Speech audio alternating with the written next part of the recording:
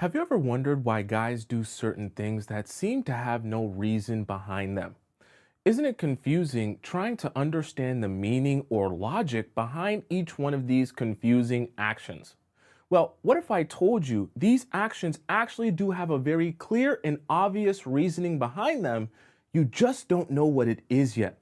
Which is exactly why on today's show we're going to be discussing 6 things men do and what it actually means.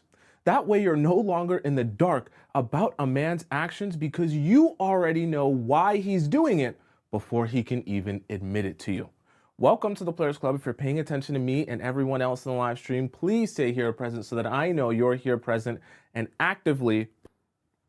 Now, let me know if this has ever happened to you before when you've been dating a man. Have you ever received a text from him out of the blue when you guys are either in no contact or just aren't on speaking terms? You respond to him after he texts you, right? And then after you respond to him, because let's say he says, "Oh, what are you doing? How you been? What's going on? What's up with you?" And when you respond, he gives you no response. And you're just like, "Wait, what was the point of that? What why would you text me? Ask me what's going on, ask me what's up, ask me how I'm doing." And then when I respond, you don't respond. Have any of you been through that before? Now, I know this is a very, very, very annoying action that a lot of men will do. Okay, even I've done it before. Okay, I'm not even gonna lie to you. Now, let me explain to you why this is actually happening, and it's a very actually trivial and silly reason. See, there's a weird thing that men do where when we sleep with you, or when let's just say we have access to you, I'm not just talking about in the physical sense, in an emotional sense, right? When we feel like at one point you were ours, so to speak. There's a thing where men like to continue on an ongoing basis to feel that level of control over you. Just going to be honest with you. And this is a way of kind of reminding himself, how much control do I still have? How interested in me is she still? Is she willing to talk to me? Is she willing to entertain a conversation with me? How in there am I still? And the craziest part about this is, for a lot of men in these scenarios, they don't even actually even have a desire to sleep with you again. They just have a desire to know that there's a possibility they could still sleep with you again if they really wanted to. Sounds very strange, but this is kind of a version of getting his ego stroked. He just wants to ejaculate, so to speak, in an ego sense. And once he gets that ego ejaculation, that's all he really needs, right? So you don't realize it, but your response, I'll just say it like this, it's actually like a mental orgasm, okay, right? So I'll put it here so you guys were all on the same page. Mental, right? It's a mental orgasm in the sense that when he gets his ego satisfied by understanding, yeah, I'm still the man, she would still entertain the idea of being with me or talking to me if I really wanted to do this again, if I really wanted to talk to her again, if I really wanted to make this a thing. That's really, for him, that's all he really needs in terms of being able to know that he has that type of access to you if he really wanted it. And then once he realizes that, that's why he doesn't respond, because it's not really about getting to know you again. It's not really about seeing what's up with you again. It's not really about, how you've actually been. It's just about himself and that recognition of control. Right? And I know that this can be very confusing, but that's honestly what it means. It might sound very silly, like, wow, guys would really go that far just to gain some control. Guys would really go that far just to stroke their inner ego. Yeah, unfortunately, ego matters a lot to men, and they'll do many weird and strange things to try and get their ego back on top, okay? Jazz says, so what should a girl do in this case? You don't respond, right? So, because if you think about it, right, if this is the key element here, if this is the key element to the mental orgasm, so to speak, of the man, in order for this process to work properly, if you don't respond, then he doesn't get the mental orgasm. He doesn't get the ego stroke of knowing he still has access to you. I know it sounds very weird, but even entertaining in conversation, that's why I always tell you guys, putting your energy in the right place is so important. Because putting your energy even just a little bit in a man who the situation has already not worked out with him is enough for him to say, oh, perfect. I still have power. I still have control. She still wants me. I could really do this again if I really wanted to. I shouldn't be saying these type of things to you because you're women. But the way guys talk to each other, I'll just be real with you, right? We'll even say things like, oh, if I wanted her, bro, I could have her. Like realistically, if I really wanted to, I could get her back in a second, or I could still smash if I want. That's how guys talk to each other. So you have to understand, how do they confirm or deny that? Are you gonna give them energy back, or are you gonna completely ignore them? If you give them energy back, then they're automatically thinking to themselves, oh, I could still smash if I wanted to. It's all goody. It's all goody. When you lay it down on her, she gonna text you back anytime. So the reality of it is, the way you deal with that, you don't respond at all. No energy whatsoever, right? You don't even acknowledge it. Don't like the message. In fact, if you want to, you can just leave it on seen so he knows that you've seen it, and then ignore it if it's on Instagram, whatever the case may be, right? And just delete the message. But no response, no energy put towards it at all, okay? All right, let's hop into number 2. I know that one's really confusing for you guys, so wanted to make sure I get that one down. That's probably like the number 1 most confusing action that men do. All right. Let's hop into point number 2. I didn't even introduce the point when whatever. Okay. All right. Point number 2. Oh, this one I know is also very confusing for you. Oh boy. Okay. Let me put this down. This is going to look weird when I'm writing it. Don't worry. Okay. I just have to do this so that we're all on the same page. I'm going to make you have a bigger head because you're a much more elegant type of woman, right? With a bigger brain and a nicer smile. Yeah, nicer smile. Okay. Now, this is going to kind of look weird as I'm drawing it. So there's a thing that men will do sometimes that can be quite confusing to you as a woman. I'll introduce the point. Point number 2 is about the dress code. This weird thing that men do is when they see a girl on the street or just a random girl on Instagram, right? And when they see this random girl on Instagram, you know what?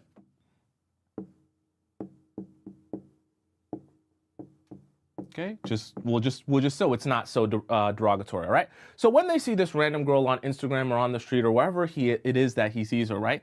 That girl from him might get some attention, okay?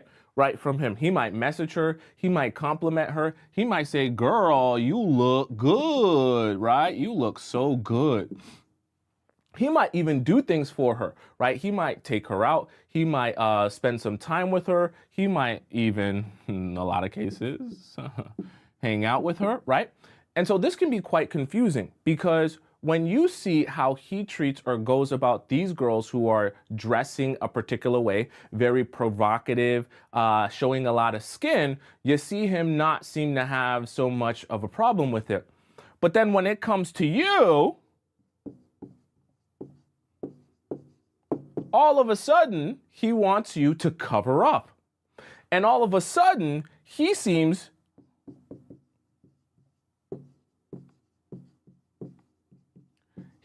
to have a problem with the idea that you would be showing any sort of skin to anyone at any time, right? And this can be quite confusing to you because you're like, wait a second. You didn't have a problem with it when it was this random girl or this IG girl. In fact, I find it that you were giving most girls attention when they dressed this particular way that you would call, like a hoe. Now, all of a sudden, I'm your girl and you're not encouraging me to dress like that. In fact, anytime I dress similar to that, you're all of a sudden saying, oh, why would you dress like that? Why are you going out like this and why are you going out like that? So this is why it can be confusing. But let me explain to you how this works, okay? And try and break it down a little bit of men logic. See, there's a natural inclination for men when they're in their masculine energy to be protective over things that they perceive to be theirs. Now, I'm not saying that he owns you or that you belong to him, but I'm saying that the psychology of it is if you're actually his woman. So let me put this in here, right?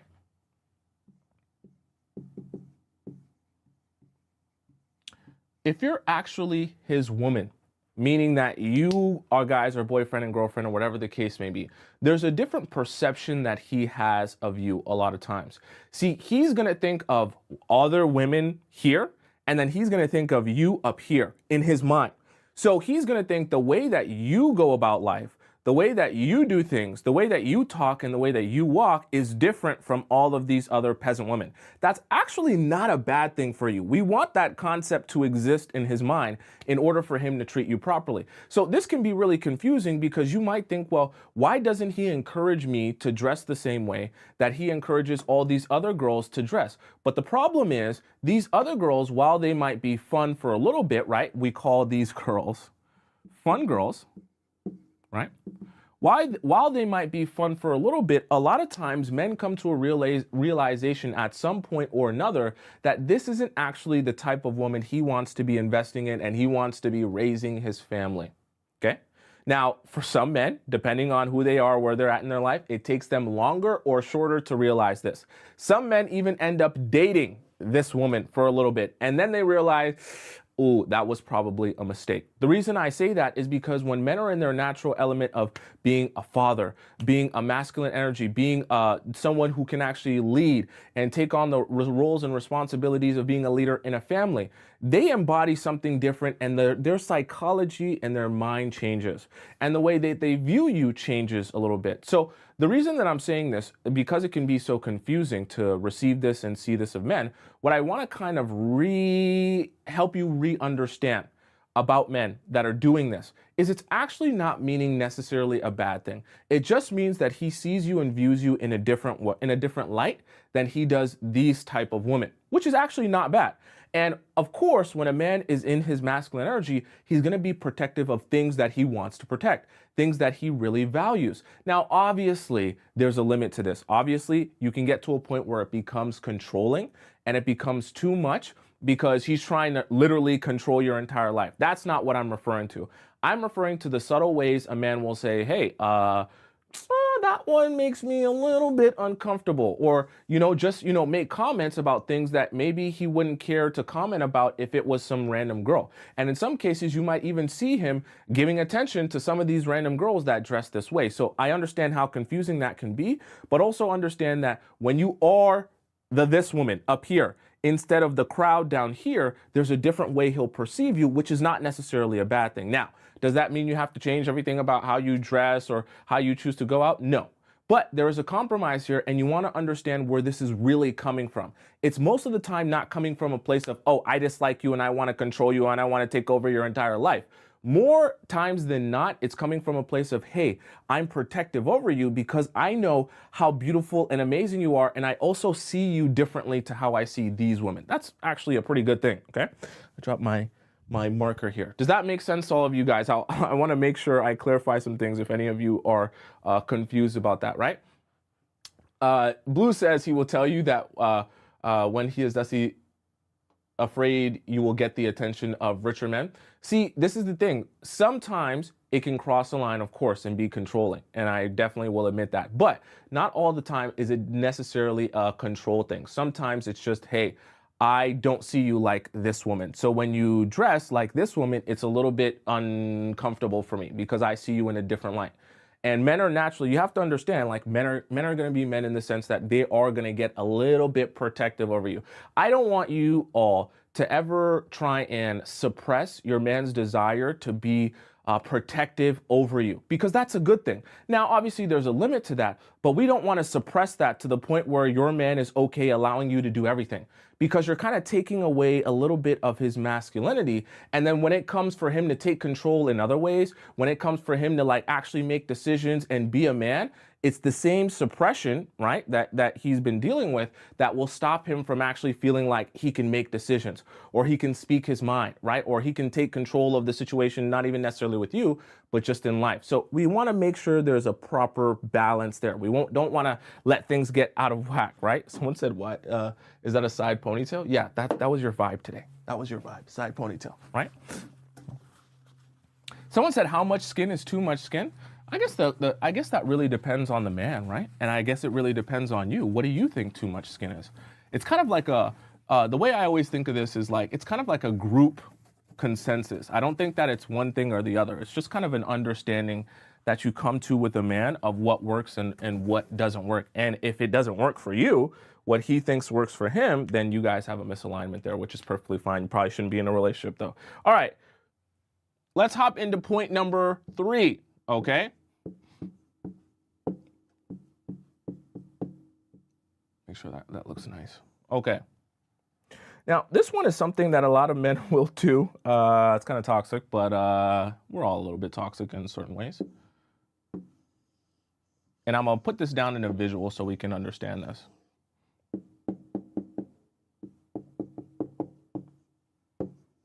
Okay. So point number 3 is about overworking. Now, sometimes men will do this thing. In fact, a lot of times men will do this thing where, see, in order for them to not feel things and avoid feeling very painful emotions, they'll do this thing where they'll fill their schedule and life up to the brim with work and responsibilities and projects and more work and more responsibilities and more projects till that bar is filled up to like right here. There's almost damn near nothing left. And the great part about this for men, when there's no space left in life here, there's nothing left to have space to do or think about outside of work. Let me make sure I write this right. Right? That looks horrible. Outside of work, I have a bit of an OCD, chat, if you haven't noticed. Okay. If there's no more space in his life because so much of his time and energy is being taken up by work, then what happens is there's very little space to have a whole bunch of emotion here. So this can be a confusing time because when you see a man overworking, like to the point where he has no life, to the point where there's literally no time or space to do literally anything else, not even have fun. He can't even relax, have fun, go on the beach, soak up some sun. He can't do nothing except for work. This is a compensation because what he's trying to do is suppress his ability to feel any emotion. Now, what do you do if you ever notice a man overworking himself to suppress emotion? This is a time where you slow him down and you say, look, I'm noticing that you're really, really working hard. And I love that you work hard, but I'm noticing you're not giving yourself any time to like just sit and think or sit and ask yourself, how do you feel? So this is where, if this is your man, okay, assuming this is actually your man, you ask him, how do you actually feel? Like, take a second and breathe. Like, how are you actually doing? Are you happy with your life? You're working so hard. Do you feel like you're getting anywhere? Is there a goal you're shooting for? Is there something you're in fear of? Is that why you're spending so much time working? And this is where you can kind of step in and unpack some of this emotion and force him to sit down and actually think to himself, how do I feel? It's a very strange thing. And the thing I'll say about this that will sound very weird to you, I wish we could even watch a clip of it. But the example that I can best give to you, there's actually a recent interview on Diary of a CEO that is interviewing Mr. Beast. You guys know Mr. Beast. You watch me on YouTube, you know Mr. Beast, okay? So he's a YouTuber, very popular YouTuber for all the kids, okay? And he said on the podcast of Diary of a CEO, the interviewer asked him, are you happy? And his answer was actually no.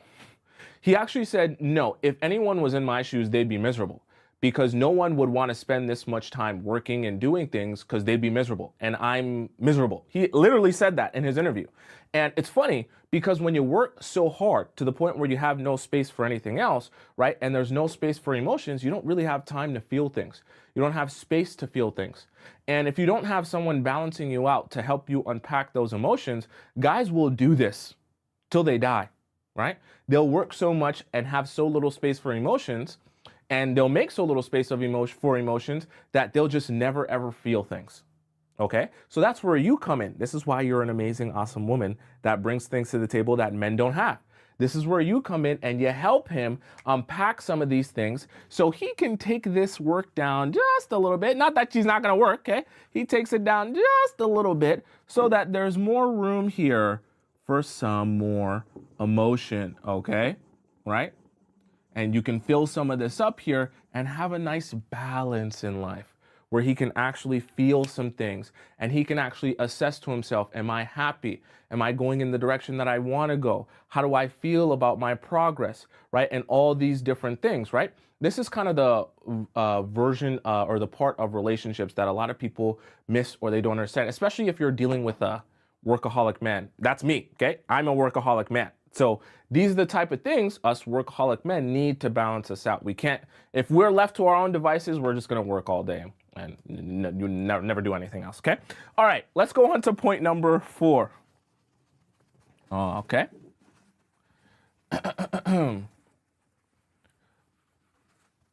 Point number 4 here. Okay. This is very strange, but I know a lot of you have experienced this one.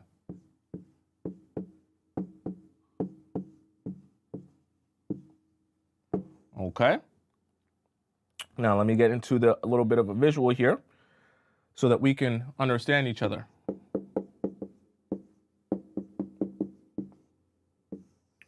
Gonna look weird.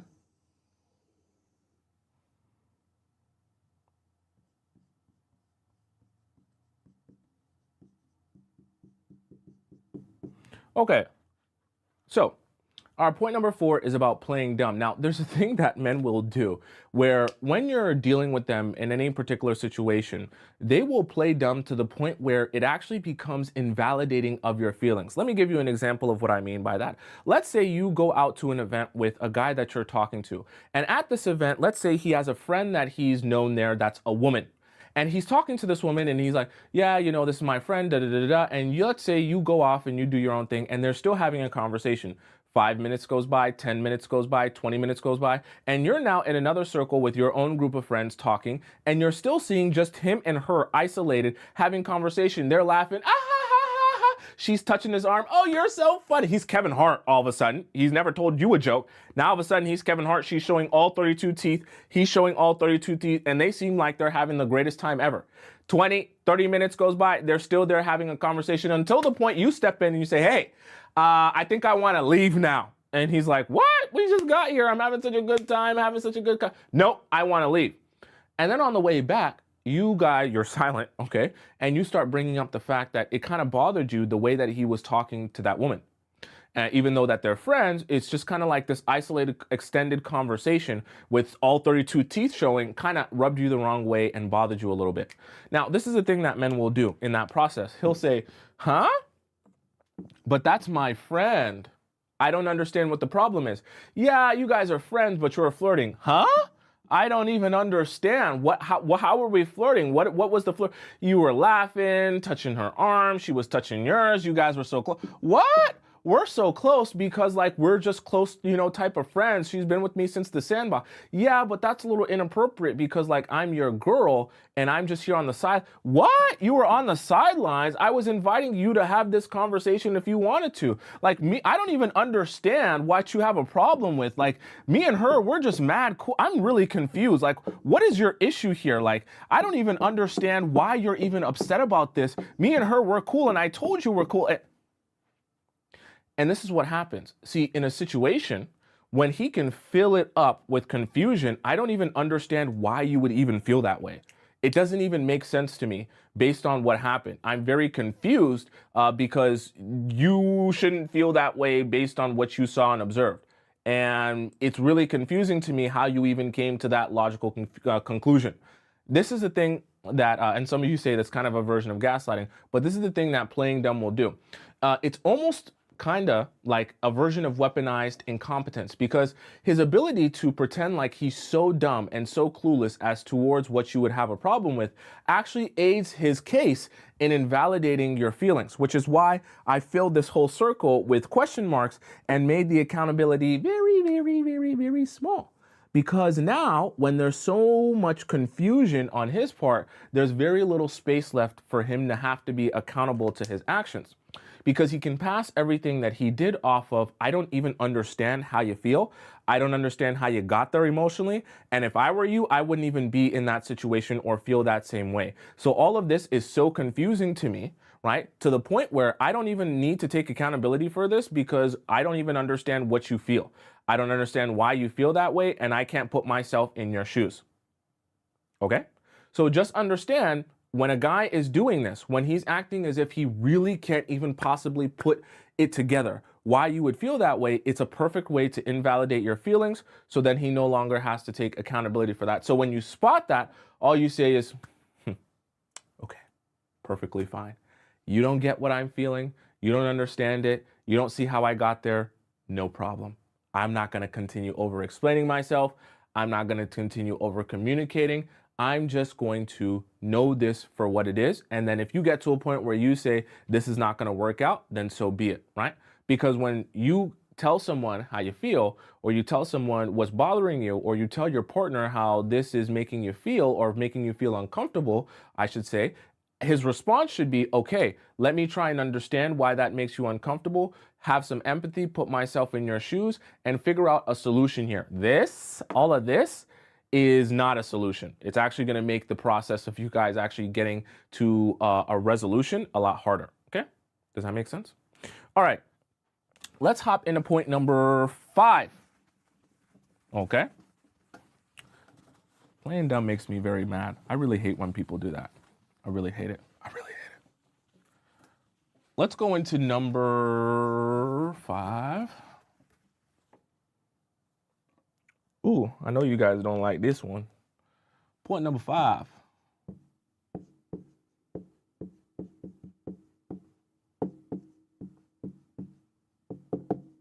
Okay. So, let's imagine this, right?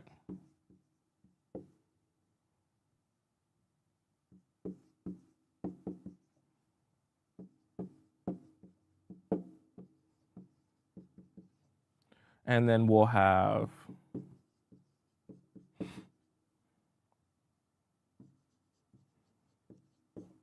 okay.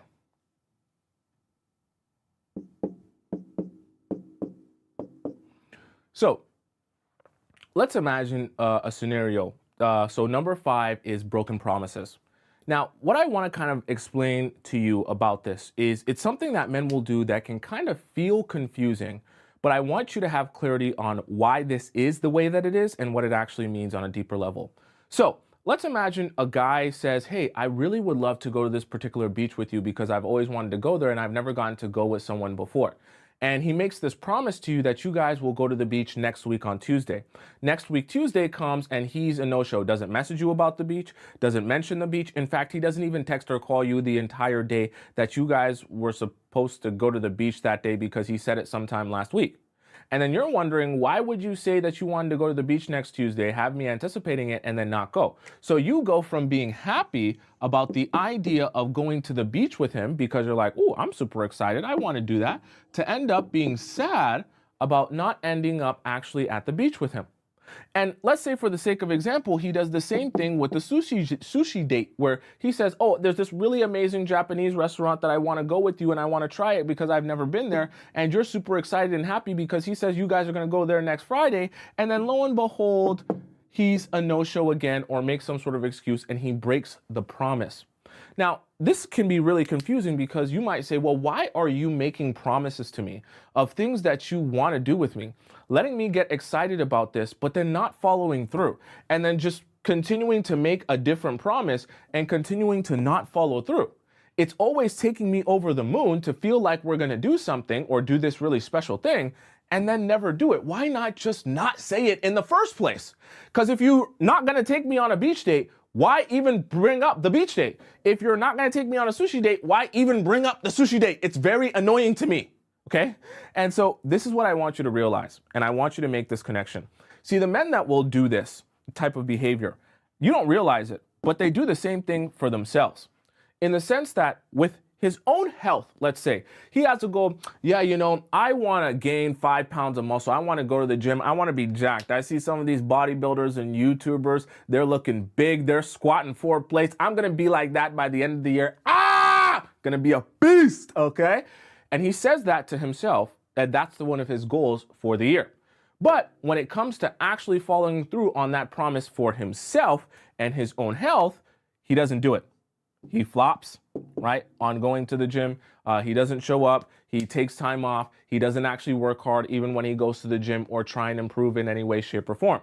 So he's actually making a promise to himself, getting himself hyped up and excited about it, and then he's breaking his own promise. It could be the same thing with money, right? He might say, damn, I'm about to, make myself $100,000 this year. I'm going to get me a new job. I'm going to start me a new business. Ooh, I'm going to be balling. They're going to be seeing me riding around in a different car. They're going to be seeing me killing it. And then when it comes to actually making money, when it comes to actually making moves, he doesn't do any of those things. In fact, all he does is sit around and play Call of Duty or NBA 2K, and he makes $0 or ends up in the same minimum wage job that he's been in. So the reason that I'm pointing this out to you is because I kind of want you to see the connection here between how he breaks promises with you and how he breaks promises to himself in his own life. Because there's a correlation here. What you're actually experiencing, even though this can be quite confusing, you're not experiencing someone who's trying to confuse you. You're experiencing someone who doesn't even hold themselves to the promises they make for themselves. And I want you to kind of see that connection here, because once you make that connection, you understand, oh, you're breaking promises with me because you break promises with yourself, and you can actually see that happening in his own life. You start to realize, oh, this is not even about me. It's not even about you flopping because you don't like me or you're uninterested. This is just your personality. This is your character. This is actually your approach to life. To make promises on things that you're gonna do, even for yourself, that you never end up doing. So it's exactly the reason why I say when you go out on dates with men, rather than asking them, what do you want in a relationship? What do you want in a wife? What do you want in a partner? You ask him about himself and how he approaches his own life. Because when you get those answers, you'll actually be able to make easy correlations to how he's going to treat you in the relationship. A man who breaks promises with himself for his own life of things he wants for himself will definitely break promises with you. Men who can actually hold themselves accountable and keep themselves to the things that they wanted to say are more likely to be able to keep their promises with you. It's an approach to life that translates both to his own personal life and his relationship with you. Okay? Does that make sense? All right. Okay, let's hop into our point number 6. All those damn smiley faces. Hope that one made sense.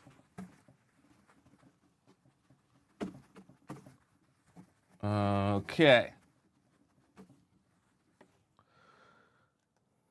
Point number 6.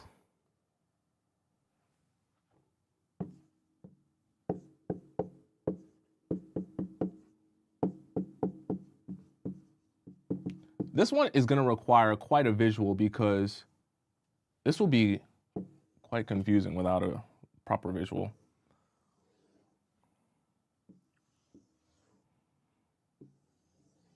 Okay.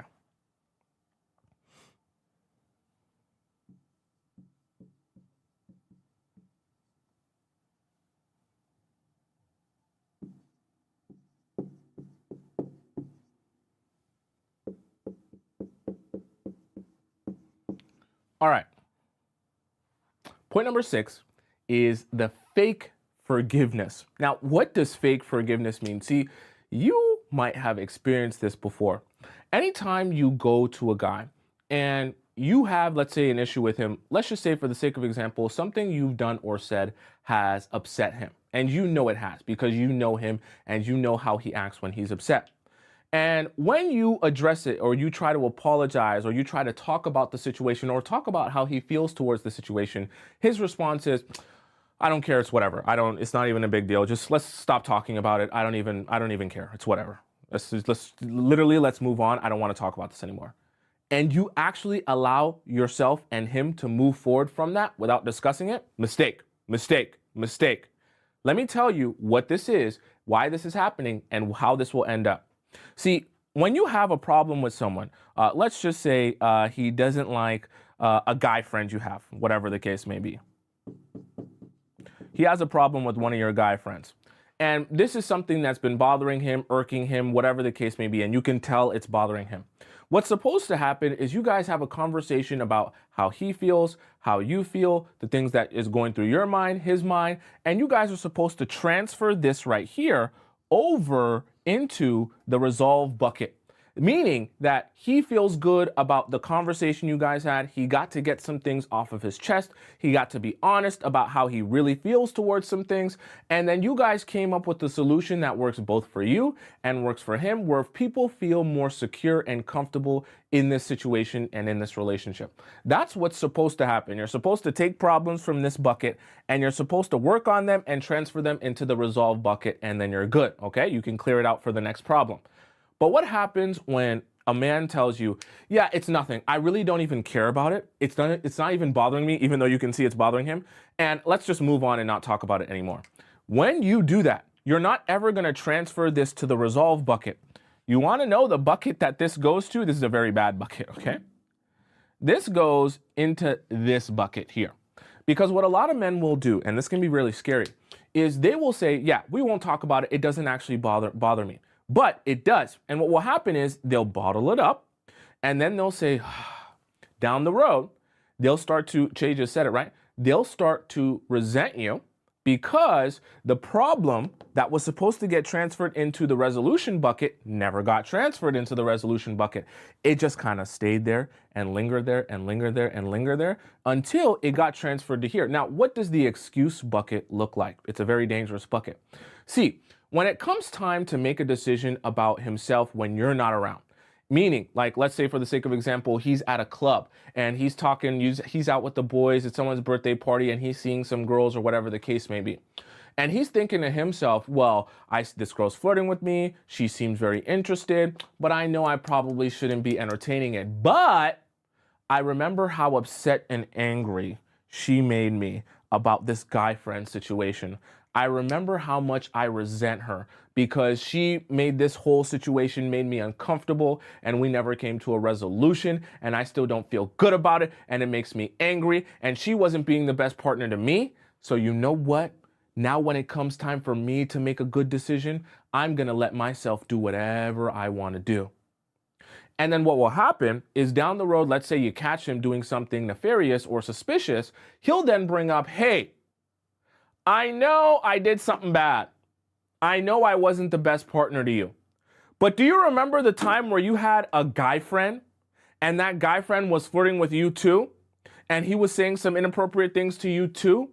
And you weren't saying anything back? I basically just did the same thing. What's the big deal? Me and you were on the same page. You don't say anything to that guy, I didn't say anything to that girl. It's whatever it is, it's whatever, right? It's whatever. But this is a problem.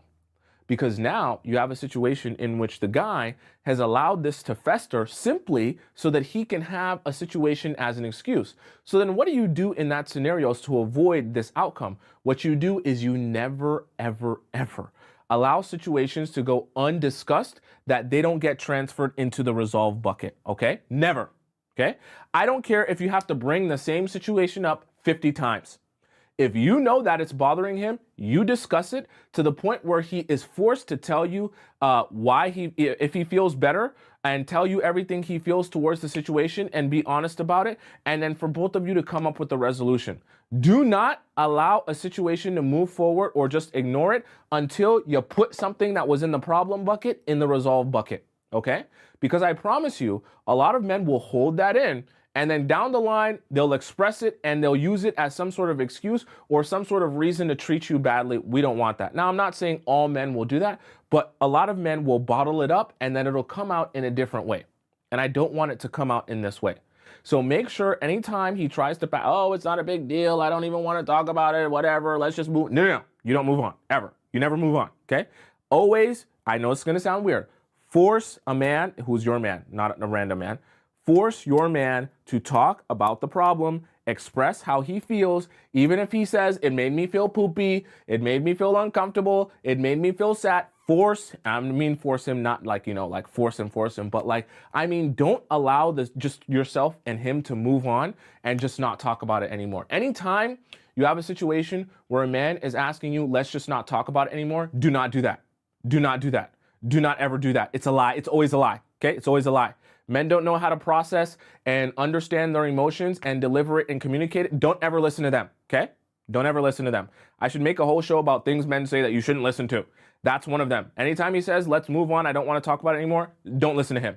Maybe you don't talk about it for an hour, but I promise you, you need to bring that up again. Okay. We need to come to emotional resolutions, especially. Men don't know how to process their emotions. You're great at that. So you got to make sure you never allow him to move forward until we take things from problem bucket into resolve bucket. Okay. Never. Okay, so does that make sense to all of you here so far, all of these 6? Okay, by the way, if you missed any of the 6 that I discussed, if you're watching this on TikTok, you can just go up into my YouTube channel just by typing my first name in, Tomisin, Tomisin, because I'm live on TikTok and YouTube at the same time. So once you go there, you'll be able to see that live stream and you'll be able to rewind it and see everything that I've talked about here. Okay, I've seen some people say, a guy's done this before, he would never let anything go. It can be crazy. Do you guys have any questions about any of these? And I'll make sure to answer them because I know some of them, even still as I explain them, can be still confusing, right? Someone says because no one teaches them to be one, like an emotional, intelligent man. You know, we all have different strengths and weaknesses. I think men, it's harder for them to understand how to process their emotions. So they would more easily just say, let's just move on. I don't want you to ever move on. Never, never. Kimberly says, it was my ex. I kept wanting to talk. He kept saying he needed space. A month went on and he said he's already past it. And then we never spoke. Never do that. Never do that. Never allow a situation to go unspoken on, right? So this is another thing to gauge. If you're ever in a situationship, in a relationship, in a talking stage with a guy, anytime you come to a point, and this can be a really, I might have to have a whole show on this because this is a really important topic. When you get to a point in a relationship where you have particular topics between you two that you guys avoid, that's a very bad place to be in. What I mean by that is, let's just say for the sake of example, you guys have a back and forth about having children, right? Just hypothetically, you want children and he doesn't. And let's say that becomes such a sensitive topic that you guys just stop discussing it because you're in such disagreement about it. And let's say you guys are out somewhere at a party and someone asks you guys as a group, they're like, hey, do you guys want children, or how many children do you want to raise? And you kind of look at each other and you're like, let's just not talk about that because that's a sensitive subject for us. Now you're in a very bad place in your relationship. You should never have with your partner sensitive subjects that you're not willing to speak on because you and him just can't resolve it and can't get past it. That's horrible. That means as time goes on, right, you're going to have this ongoing problem in the problem bucket that's major, that's never getting transferred anywhere, except for maybe this area here. But the problem is, even when it gets transferred to this excuse area, it still doesn't mean that it's actually been resolved. It just continues being an excuse and an excuse and an excuse and a problem, an excuse and a problem, without ever getting transferred to the resolution bucket. The resolution bucket is like flushing your poop down the toilet. Maybe I should have done a poop analogy with the toilet and everything, okay? Because without this resolution bucket to flush things down the toilet, it'll just stay clogged and get weird and get smelly. I don't want that for you, okay? Does that make sense? Natalia says, I'm in a relationship, but he barely texts me contacts me. Why? Well, there could be many reasons why he's not texting you. Some people just aren't big texters. Me, I'm not a very good texter. Okay, so that's me in any scenario. But it can be a warning sign if he hasn't been like that on a regular basis. You also have to be learning people to understand what they're like regularly, because if their personality or the way that they go about things changes drastically over the course of time, then something has changed within them. That's something to keep an eye on. But if that's always been him, then that's a different story, right? Someone says, why would someone interview us? What do you mean interview us? What do you mean interview us? What do you mean? What do you mean by that? Okay. Question, what about applying this in the talking stage heading into a relationship? I think that's the perfect time to apply these things, okay?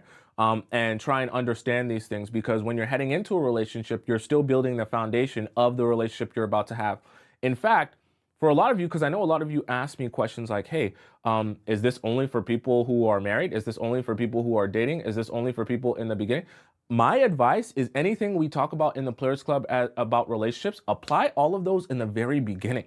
Because if you can set the foundation for those in the early stages, your life becomes a lot easier, right? I'm helping majority of my private questions, because I have a private link where you guys can ask me questions, right? I've had hundreds of people ask me questions, hundreds of women.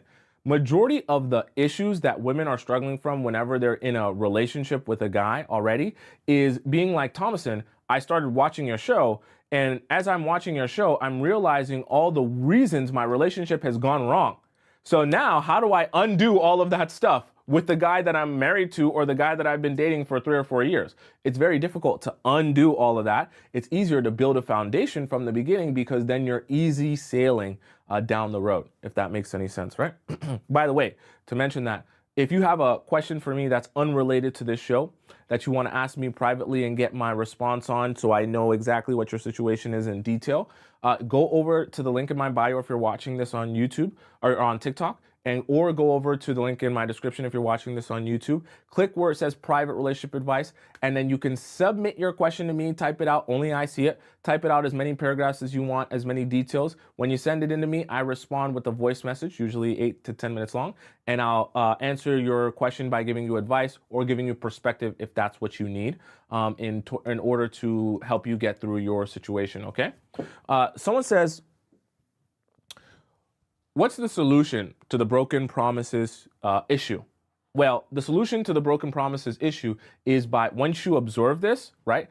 This would be great if you could be observing this at the very beginning. Once you observe this, you have to make a decision that this is probably not a man I should continue dating. Because like I said, it's a personality trait. So he's breaking promises with himself, which is why he's breaking promises with you. Is it your job to undo that? No. Is it your job to fix him? No. It's your job to recognize that and realize you're probably making a bad decision by even investing your time and energy in a guy like this. Okay? Because the reality of it is you can't do anything with a man who's going to break so many promises that you can't ever count on him to keep his word on anything, right? A man for you is supposed to be like a rock in the sense that he's supposed to be stable in your life. He's supposed to be a reliable force and energy in your life. So if he becomes very unreliable and very unstable, it's going to put you in a very unstable state in your feminine energy. It's not going to allow you to properly exist in that around him. You're going to feel like in order to be around him, you're going to have to take on a lot of masculine roles and energy in order to even exist in this relationship, because you won't feel relaxed enough to be deep in your feminine, if that makes any sense, okay? Let me scroll up. I seen someone ask a couple of questions here.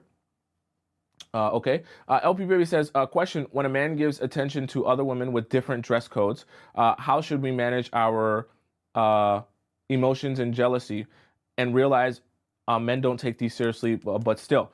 So that's a good question. I know that it can kind of be confusing and frustrating to see him giving attention to other women, but you have to understand there's different types of attention, right?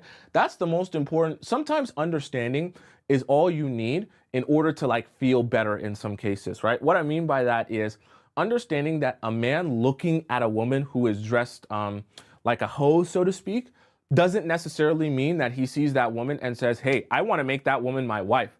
I want to make that woman the mother of my children. I want to grow a relationship with her and be with her every day and spend, like, that doesn't necessarily mean that. So you have to kind of understand that with men, there's two different types of attention that they can give out. There's low quality attention that they can give out to anyone dressed anyway. And there's high quality attention that comes with not just admiring you for the moment or admiring how you look, but also admiring your character, also admiring your intangible traits, also wanting to invest in you, also wanting to grow with you, and all that other stuff, right? So understanding the different qualities of attention will help you kind of be like, okay, I see that he seems to be giving some attention to one of these low quality women, but I'm not going to allow that to affect me, because I know deep down in my heart, there's nothing that that woman can actually offer him that's better than what I have to offer, because what I have to offer is something that you can't go to Brazil and pay for, right? That makes any sense, right? So you have to have that confidence within you, because when you have that confidence within you, you'll realize that any attention he does give, and that's low quality,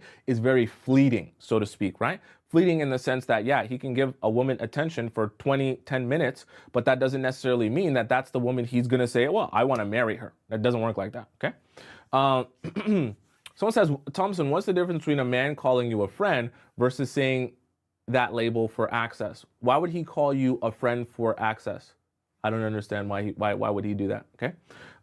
Blue says, for point number 1, why do men who ignore us for 11 days panic when we ignore them back for 5 days? Why the double standard? Well, it's as simple as people, human beings, they want what they want when they want it. And then if they're not interested or they don't have they don't have any reason to care, so to speak, right? They kind of get to do their own thing whenever they want to do their own thing.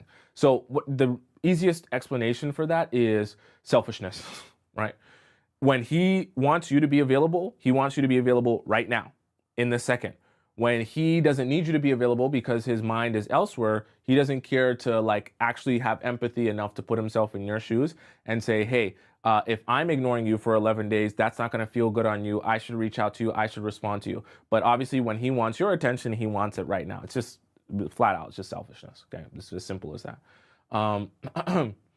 KDG says, great advice. All men look, but we all look at train wrecks. Actually, that's a great example. Maybe I should have drawn that, right? It's a great example. We all look at train wrecks. It's not even to diss any other types of women or anything like that. It's just the reality that, you know, not everyone is the same, is of the same status, is of the same priority, is of the same level of value. So you don't want to get too discombobulated over peasants, right? If you're thinking of yourself as a princess, as a queen, you can't get overly discombobulated about what peasants are doing or not doing. Okay, you just can't concern yourself with that.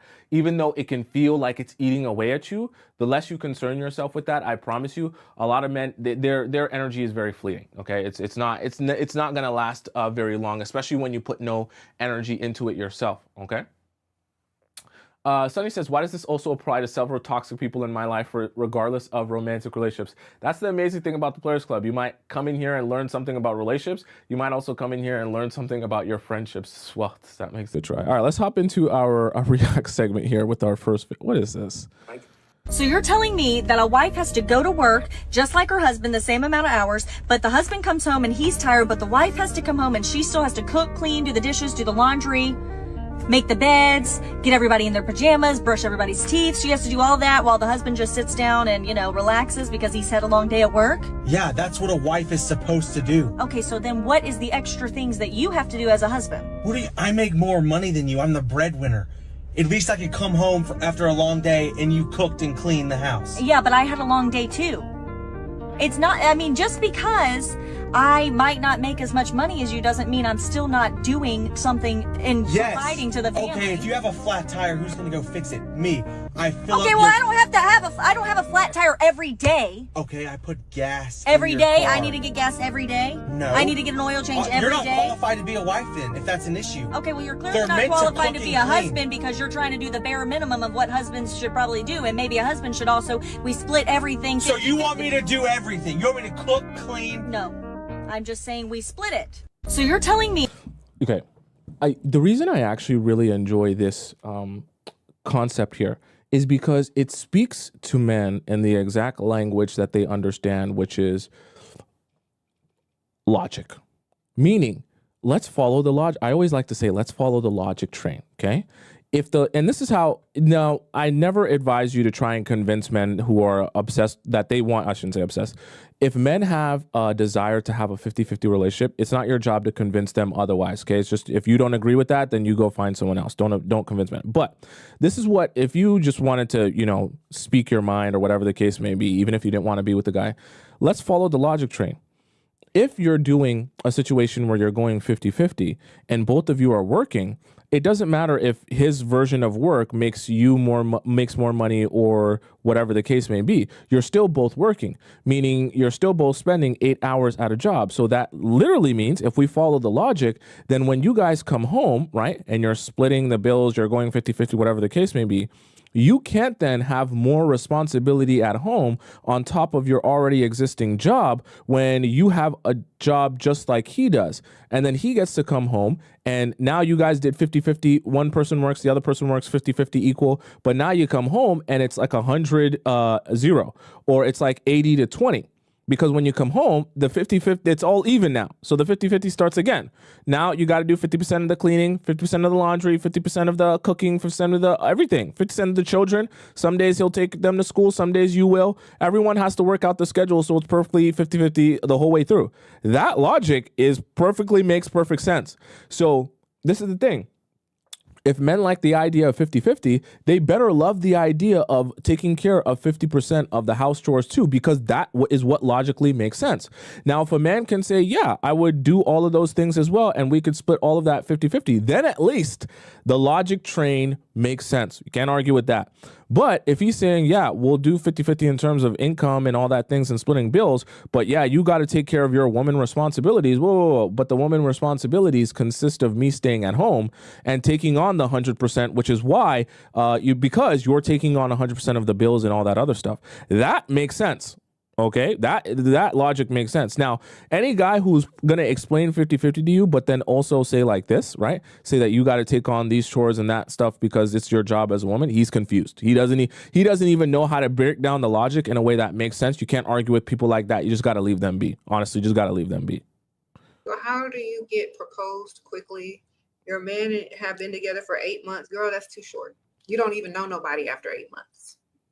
He provides everything for me, bills to give me allowance, buys me everything I desire, but I want marriage now. Okay, first of all, ma'am, slow down, calm down. It's too quick. You don't even know that person. It's only been 8 months.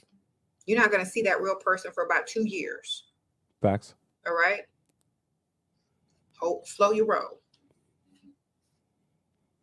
And if y'all are in y'all's 20s, definitely slow your roll.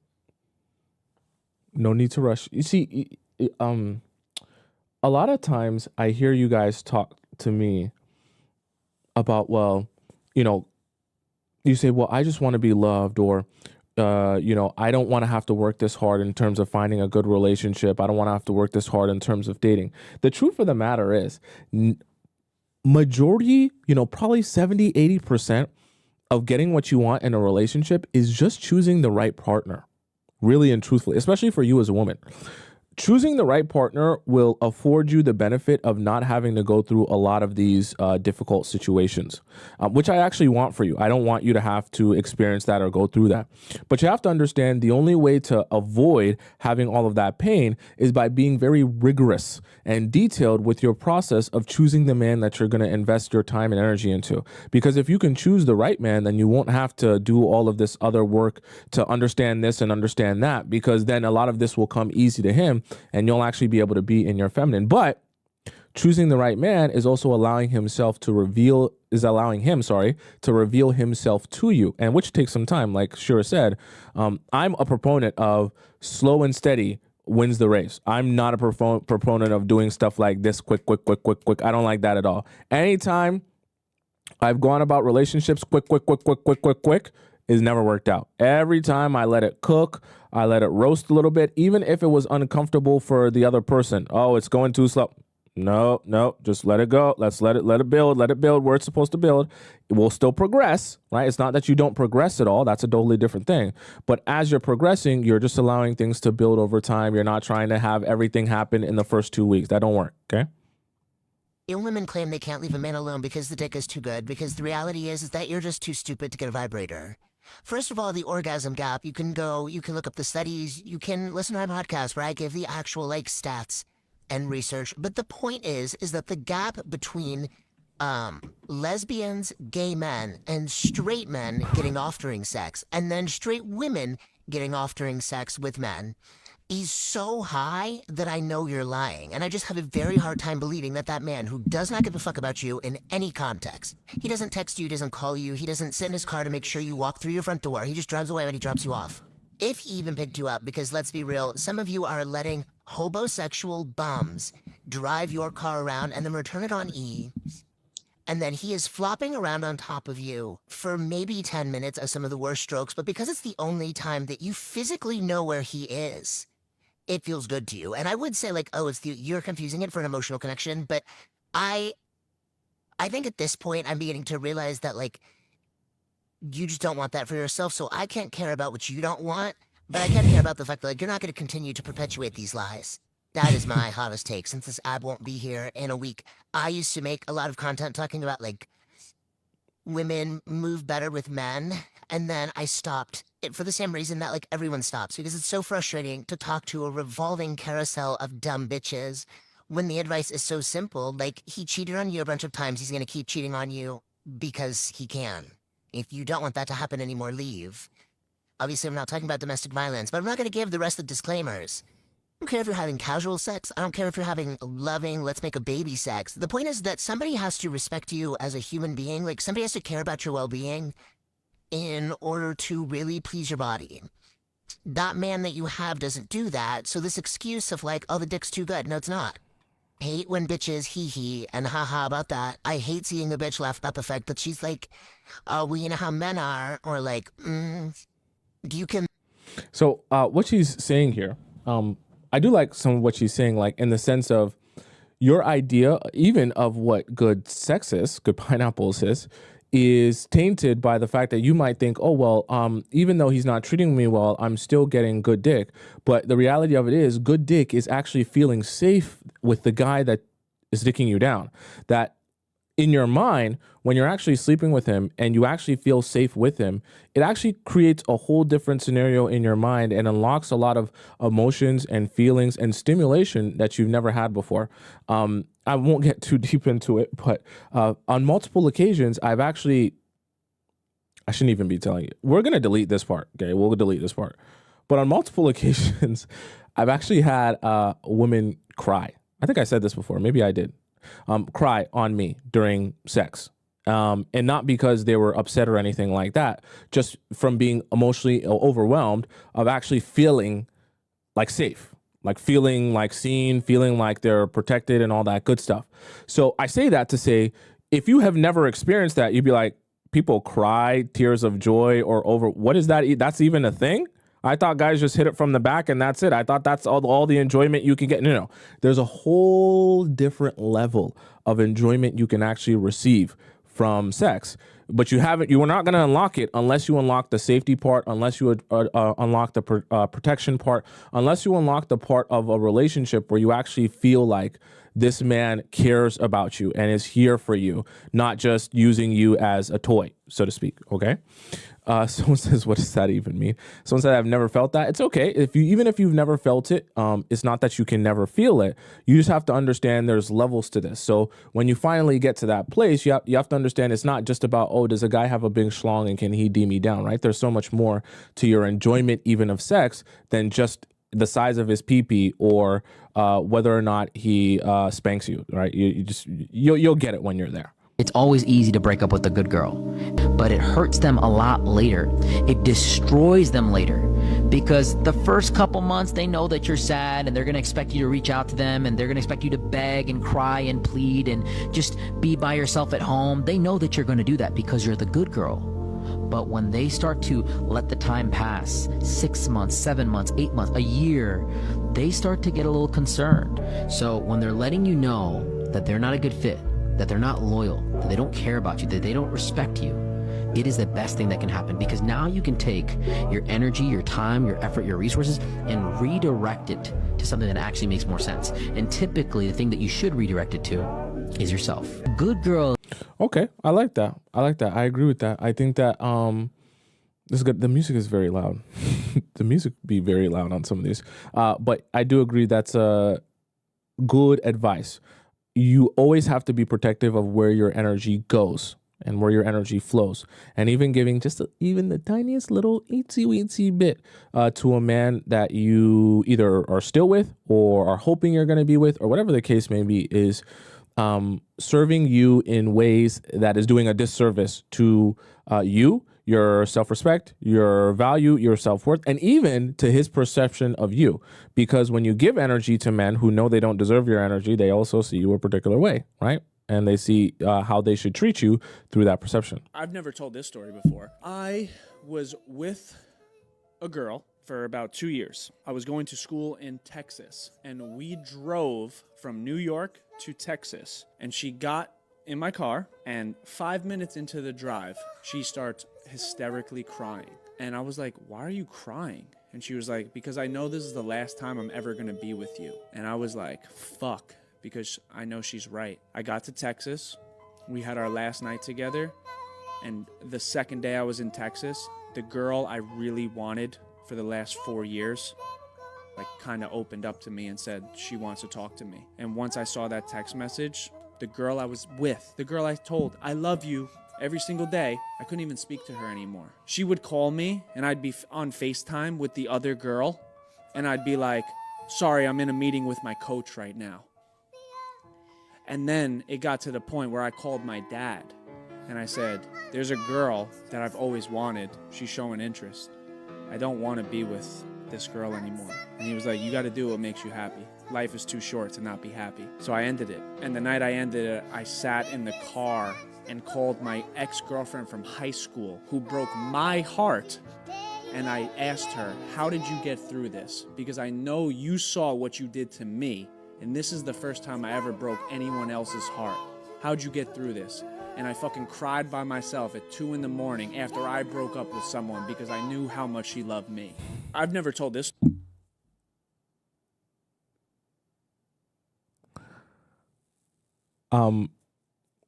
Okay. I'm gonna try and be delicate here. When you go on dates with men, you know how I always tell you to ask about exes and past relationships, right? This is the reason. No diss to this man, but he's actually said multiple things that I actually advise you to avoid in terms of like not even investing yourself in a second date after realizing these things. One of the things that I always mention to you to look out for is a man who has a lot of ongoing attachments. When you go and get into a relationship with a person and the relationship ends, what's supposed to happen is that attachment is supposed to end, meaning that there is no, oh, I call this person every now and again. I text this person every now and again. I see this person every now and again. When you end a romantic relationship, all of your ties to that person is supposed to end so that you can build new romantic relationships, right? Away from that person and away from that relationship. The problem here, and it actually even started from the very beginning, the problem here is not only does he have ongoing attachments to women who he's supposed to have moved forward from and not be speaking to or seeing or whatever the case may be, but even the girls that he's with somehow know that and are okay with that, and then they're getting hurt even though they should have known that this isn't even a type of guy they should be entertaining, i.e. the girl that he's talking about at the very beginning, right? Because that's the reason that girl knew that he was gonna break up with her when they got to Texas. She knew he has these ongoing attachments. She knew there's another girl that he probably has more feelings for. But yet she ignored that probably because she liked him so much and wanted this to work and was hoping that that just wouldn't be an issue. Okay. I will be the first one to tell you, you go on a date with the guy and he tells you, you get a sense that his ex is still in his life, or like just in general, he likes to keep girls that he used to date around, keep flings that he used to be with or see around. Go ahead and don't even go on a second date. In fact, get up from the date right there. Call the waiter, pay for your own meal so that he doesn't think you owe him anything, and then you just go right on home and never speak to him again. Okay, because it's a waste of your time. I've seen this, oh boy. There's this new age thing that I've seen because you guys send me in so many private messages. I hear the craziest. My private messages, you wouldn't even want to hear them. They're traumatizing. They're insane. But I've had a couple of these like this where people will tell me, hey, I went on a date with the guy, and when I was talking to him, he was basically telling me that, yeah, some girls that he met on Tinder or Bumble or Hinge, yeah, he's not dating them anymore, but he just keeps them around as friends, and he just kind of hangs out with them as friends. I'm like, well, what did you say? What did you say? Oh, but yeah, no, they're just friends because, like, you know, it didn't work out. But no. You meet someone on Hinge for the purpose of dating them romantically. If the relationship doesn't work out, you don't transition that person that you started dating romantically or for the purpose of romance into a friend. No. That's not how that works, okay? I don't care if nothing happened between them ever, if they never even kissed. You don't go from being romantic with someone to turning them into a friend that you... No. So he's going to have a bunch of Hinge friends? Get out of here, okay? But these are the type of things that I want you looking out for, so that when you hear this from a man, you say, oh, I'm just wasting my time even trying to think of a relationship as a possibility with me and you. It doesn't make any sense, okay? That's a new era thing because people like, oh, I'm just on the dating apps, but me and that person were... miss me with that. I want to be with Dominique. Are you kidding me? She's a kid, bro. You're 22. You've been with me. We've been together for this entire time. But we had points where we were on and off. That was because of you. because you wanted to dump me to go be with some other girl. Every time I didn't do nothing but love you and cherish every moment with you, even the ones we didn't even do nothing but sit and talk. The little things matter. Just to look at you matters, bro. Just to smell you when I get a chance, bro. Give you a hug. Oh, that. Leave me for that?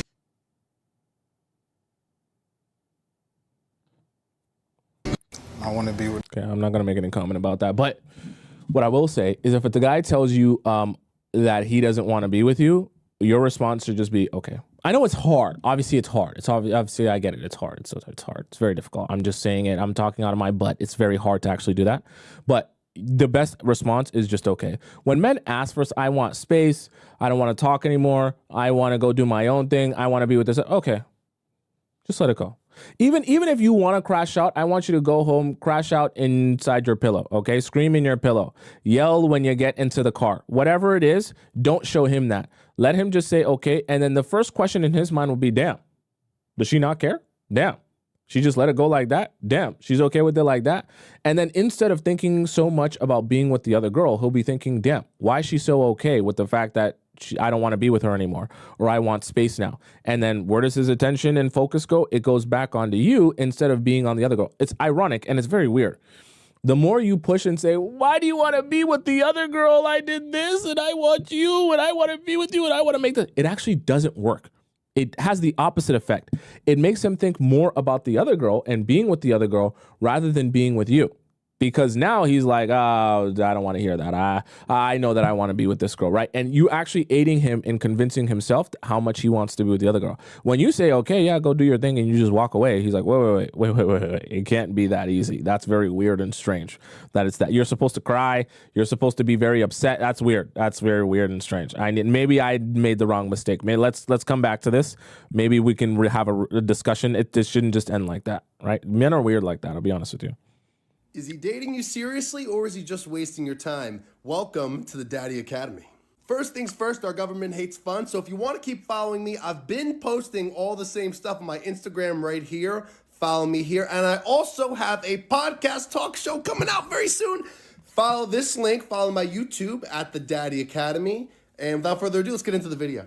When we meet somebody who we really like, it's natural for us to want to talk to them all the time, spend all this time with them, and build a connection, right? But the problem is, you can't expedite the process of love. That takes time to know if it's more than just dopamine and chemistry and just attraction, or if it's actual compatibility, something that's long-term and things align as far as ideologies, how, the timing, like it's a good time for me for a relationship, good time for you. And all those things line up to end up being in a relationship. So more than just attraction and chemistry play into if things end up progressing. This is what's really key to understand.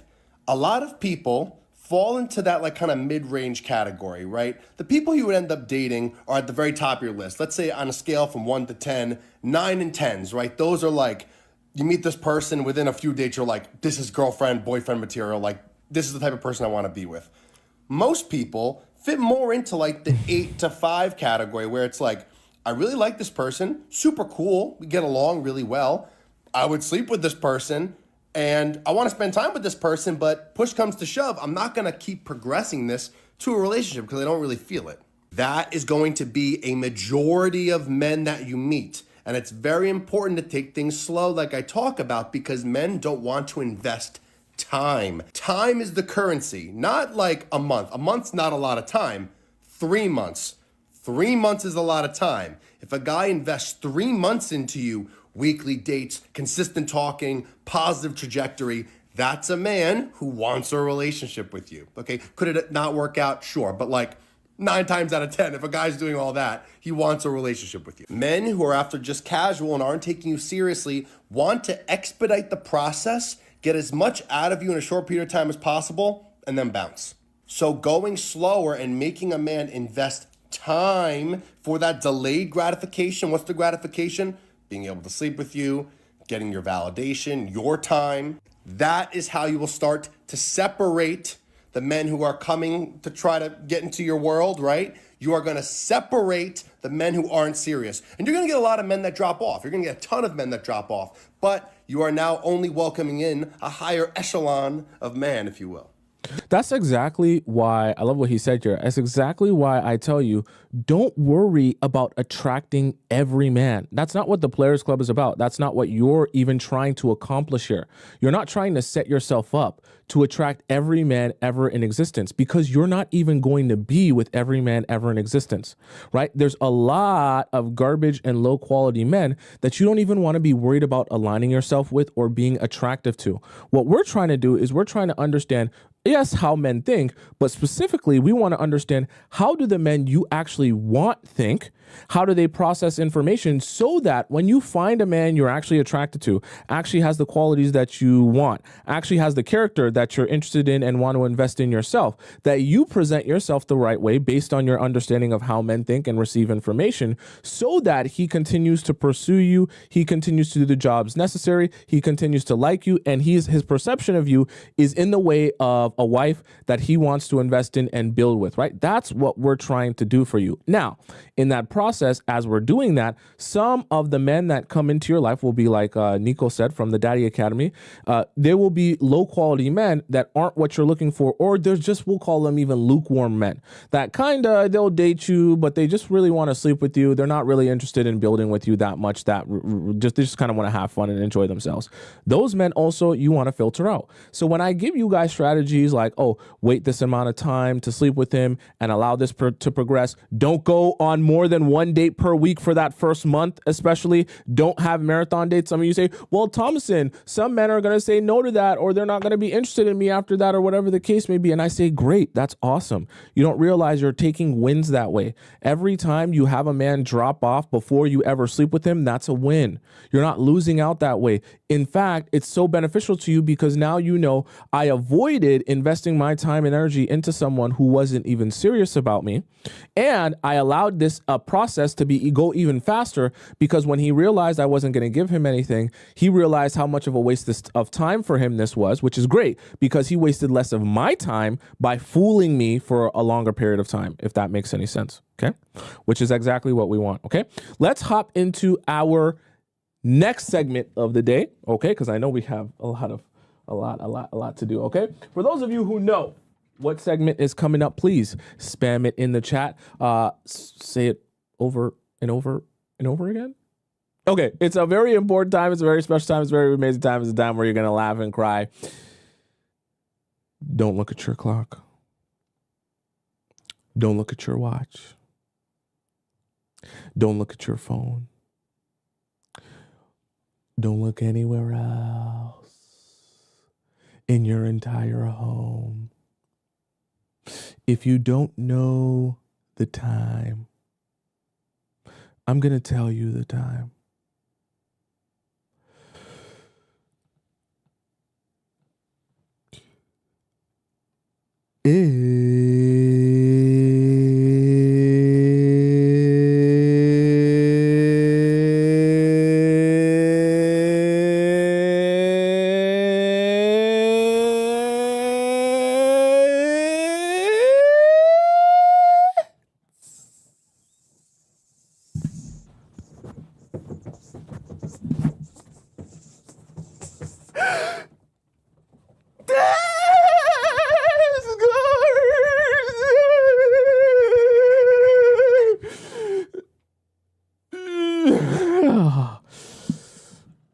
Oh yeah. Let me get my chanclatas. It came off while I was saying Discord time. Okay. Let's hop into our Discord segment of the show, okay? For those of you who are confused here, I'll explain this to you. This is actually a very serious time, okay? I'll explain this to you and how this works, all right? So our Discord time is where all the members of our Players Club Discord community get an opportunity to ask me a question about their relationship or their situation. I'm out of breath. About the relationship or their situationship, and I answer it live on the show. Now, there are 3 different ways for you to send in your question. I'll explain them all to you. So the first way is through our free relationship advice forum. The way that you submit your question into our free relationship advice form is by going into the link in my bio if you're watching this on TikTok, or in my description if you're watching this on YouTube. And when you click and you see Players Club Discord, you can just go in there and drop your question and make sure it's formatted like everyone else in the chat there, okay? Now, I'll warn you, when you drop your... Damn, that was a lot. I was working out, okay? And when you go into the chat there, you'll see, or the forum there, you'll see that all of these questions that are highlighted here that we're looking at here, these are questions that I haven't yet answered. So, unfortunately, there's a lot. And, well, we should say fortunately. Everyone has a lot of great questions. And the reason, but the thing about that is I'm only one person, so it's not going to be possible for me to answer all questions in one go. So it is a first come, first served forum. So that means if you answer your question today, it's probably going to take me at least a couple weeks. You see how long I was scrolling. It's going to take me a couple weeks to answer your question and get to yours if you ask one today. Now, if you don't want to wait at all, and you want to kind of like get your question answered ASAP. Someone say, do I smoke cigarettes? Absolutely not. Are you crazy? No.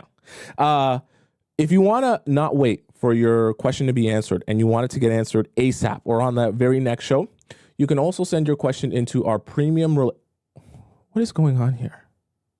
Is that a picture of Rihanna? What is this?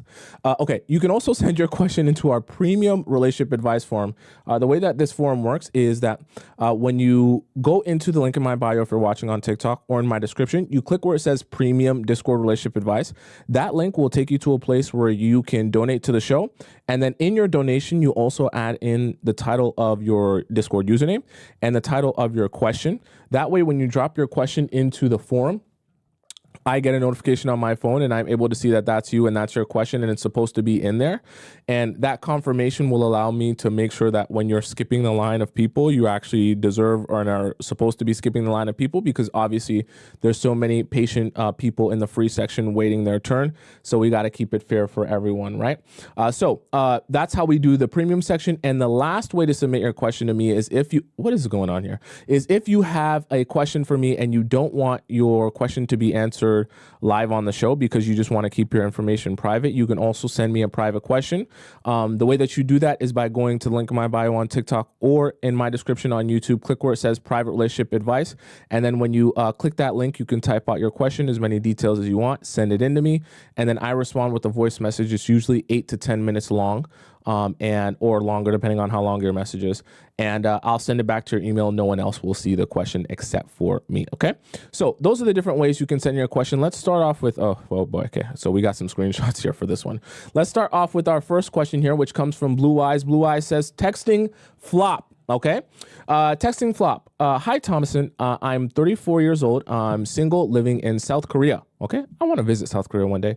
Long story short, there is a guy, we'll call him M. He is 42, Christian like myself, and financially well off. We met on a dating app for the top 1%. Is this that app, Raya? Raya? That's like the name of that app, right? That's a lot of rich people and things like. Don't get any ideas, chat. It's invite only. Here about 5 months ago. During that time, I was talking with someone else from the dating app at the same time. We'll call the other guy D. Anyhow, as someone who works full time and also doing my PhD, I only have 1 day a week to meet. At that time, I had met D first. I had met D first, but had a date planned with M. Since D wanted to continue meeting, I rejected M because I didn't have the time to meet both.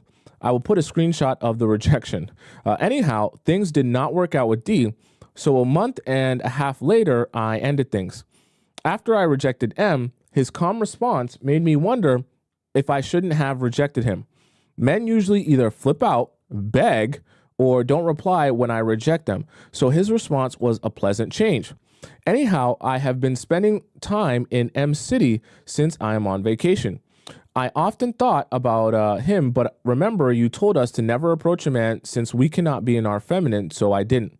However, he suddenly texted me after 4 months of not talking. I was eager, but was trying to be calm. Anyhow, I am worried how my final text came off because he completely stopped responding and only read my message. I got off the dating apps months ago, so I was caught off guard. I'm interested in him and want to meet, but maybe I approached this wrong. I will include screenshots of yesterday's conversation too. Thanks, you're the GOAT, Tomisin. We appreciate you. Update, almost 24 hours passed with no reply, so I thought maybe I sounded too friendly and sent another message. Why would you do that? Why would you do that? Why would you do that? Just wait for my response. Why would you do that? I will attach it. I hope your advice about advice about communication. This is about communication and what to do. Side note: English is not his first language, so grammar is imperfect and usage of indicates a friendly tone in Korea. Okay. Let's see here what you, let me open this up in the browser chat. We be snooping. Okay. So don't think that we going to come into this section here. We're going to be snooping. We're going to be looking at screenshots. We're going to be looking at all type of stuff. We like investigative journalists over here. Okay. So let me open this up for you all so we can all see it properly. And let me zoom in here. Ooh, that's a bit too much. Okay. So the top here, a rejection message. Okay. So this is a hello. Did you have a good lunch? Right. What about having dinner this Saturday in Seoul? So I think this is the rejection message that you were talking about. So then you say, hi, thanks for contacting me. I plan to reach out to you today because I will not be able to meet you on Saturday. Someone I have been out with contacted me over the weekend to discuss meeting each other exclusively. I would like to see where things go with that. I'm sorry for contacting you last week and wasting your time. I hope you can find a suitable partner. Take care. Okay, fair. You know what? I'm not even mad at it. You just explained it to him flat out. Look, I'm seeing someone. I don't want to mess it up. I want to be respectful to that. Hey, I honestly respect that. I like that message. That wasn't a bad message in terms of rejection, so to speak. Now let's look at the second thing that you said. I don't know. I think this is going to be after he then responded to you again. So now this is after the rejection, and this is him kind of just out of the blue sending you a message after you've been done that other relationship. So he says hi, then you say hi again. He says, how are you? I'm doing well. How about you? He says, fine, so good. Do you have a boyfriend yet? He's very eager. And then you say, no, LOL. Oh, really? I don't neither. Couldn't find anyone your style. And then he says no. I don't think you said anything bad or weird here. I think he said hello to you, so he's leading the conversation. You said no, and I just don't think that you needed to do a whole bunch of over explaining there, right? So let's see how that goes on. There seems to be another screenshot here. Okay, let's open this one up. So this is, what the heck? Couldn't find anyone your style. So he said no. Or sorry, he said no, and then you kind of hearted the message. So then this was your response back. Sorry, I thought you meant that you had double texted him. Okay, so then you said, when you texted me, I thought maybe you had seen me in Gangma. I'm assuming that's a city in Korea. Since I have not been staying here since last Friday. Since I have been staying here since last Friday, and I think you also live somewhere around here. So this was you saying this to him, and he hasn't said anything to you. Okay. We're going to get to this. All right. So, Mrs. Blue Eyes, I'm good. You're Korean with blue eyes? Huh. Interesting. Anyways, this is the thing about this situation here. You didn't do anything wrong in your... Oh, there's another screenshot here. Sorry, I missed this one. Let's open this one up. We got to get to all the tea chat. I hope your weekend goes well. Was nice to hear from you. So this is him, I'm assuming, too, right? You too. When do you leave Gangnam? I leave tomorrow night. I'm sorry for not meeting you. I think next time we can meet because I'm in Hong Kong now. That would be nice. Let me know when you're back in Korea. So all in all, I don't think you did anything wrong here. I think what you're struggling with is the anxiety of, see, this is the thing. And this is kind of weird. It happens to all of us. When someone isn't your... Okay, it's going to sound weird. I'm going to say like the idea of a roster, even though I know you don't have a roster. I just want you to think of it like this. When you have a roster of like different men that you're considering dating or whatever the case may be, you're always going to have one favorite, like one that's like the top prospect, the top priority that you really want to get to know. Whoever that guy is, that's the guy that you're going to have the most anxiety towards because you want things to work out with him the most. The other guys on your quote unquote roster, even though I know you don't actually have a roster, I'm just saying the other prospects, you're not really going to be so concerned with what they're doing, how they're texting you, what they're saying, and how long it's been. The problem is, see, at one point, this guy was kind of below in terms of the priorities in your roster. So you don't really care what he said, what he was doing. It wasn't really that important to you. It didn't give you a lot of anxiety. Then once you ended your relationship with D, as you called him, right? That was D, right? I met first D. Yeah, so sorry. When you met your first guy D, and he things didn't work out with him and whatever, you just kind of ended the situation. Now that you're not with D anymore and this M guy is now becoming the top prospect and taking on that role of the top prospect, all of a sudden now your focus shifts towards him in terms of analyzing his behavior, him giving you anxiety and wondering everything that he's doing. I don't think from an outside perspective that he's doing anything abnormal outside of the fact that, yeah, you know, maybe he's taking 24 hours to message you or whatever the case may be. But I think that it's only giving you anxiety because now he's become your top prospect. So now you're seeing things and you're like, oh my gosh, does he want something? This really needs to work out, and it needs to work out really fast. Like, it's been one day that he's messaged you, right? Since he's messaged you, you said almost 24 hours has passed and he hasn't replied to you. So yes, I get it. It's giving you a little bit of anxiety, but the reality of it is, if he really wanted to like build something with you, he clearly has your number and he knows how to message you. So that means that if he hasn't messaged you, it's because he just doesn't want to, or for whatever case, it's just not that important to him. I'm not saying that that makes you a bad person or anything like that. I'm just saying that you have to come to the realization he has your number. He knows how to get in contact with you, and he also has the courage and capability to do that. So if he's not doing that, then that shows you that that is what he would rather do. So you have to accept that as the truth and realize that just because he has now transitioned into being your top prospect and number one priority, that doesn't necessarily mean that you're in that position for him. You see how that kind of works, right? That's relationships are kind of weird like that. At the very beginning, you're kind of feeling out people to see, am I your top prospect, even though you're mine?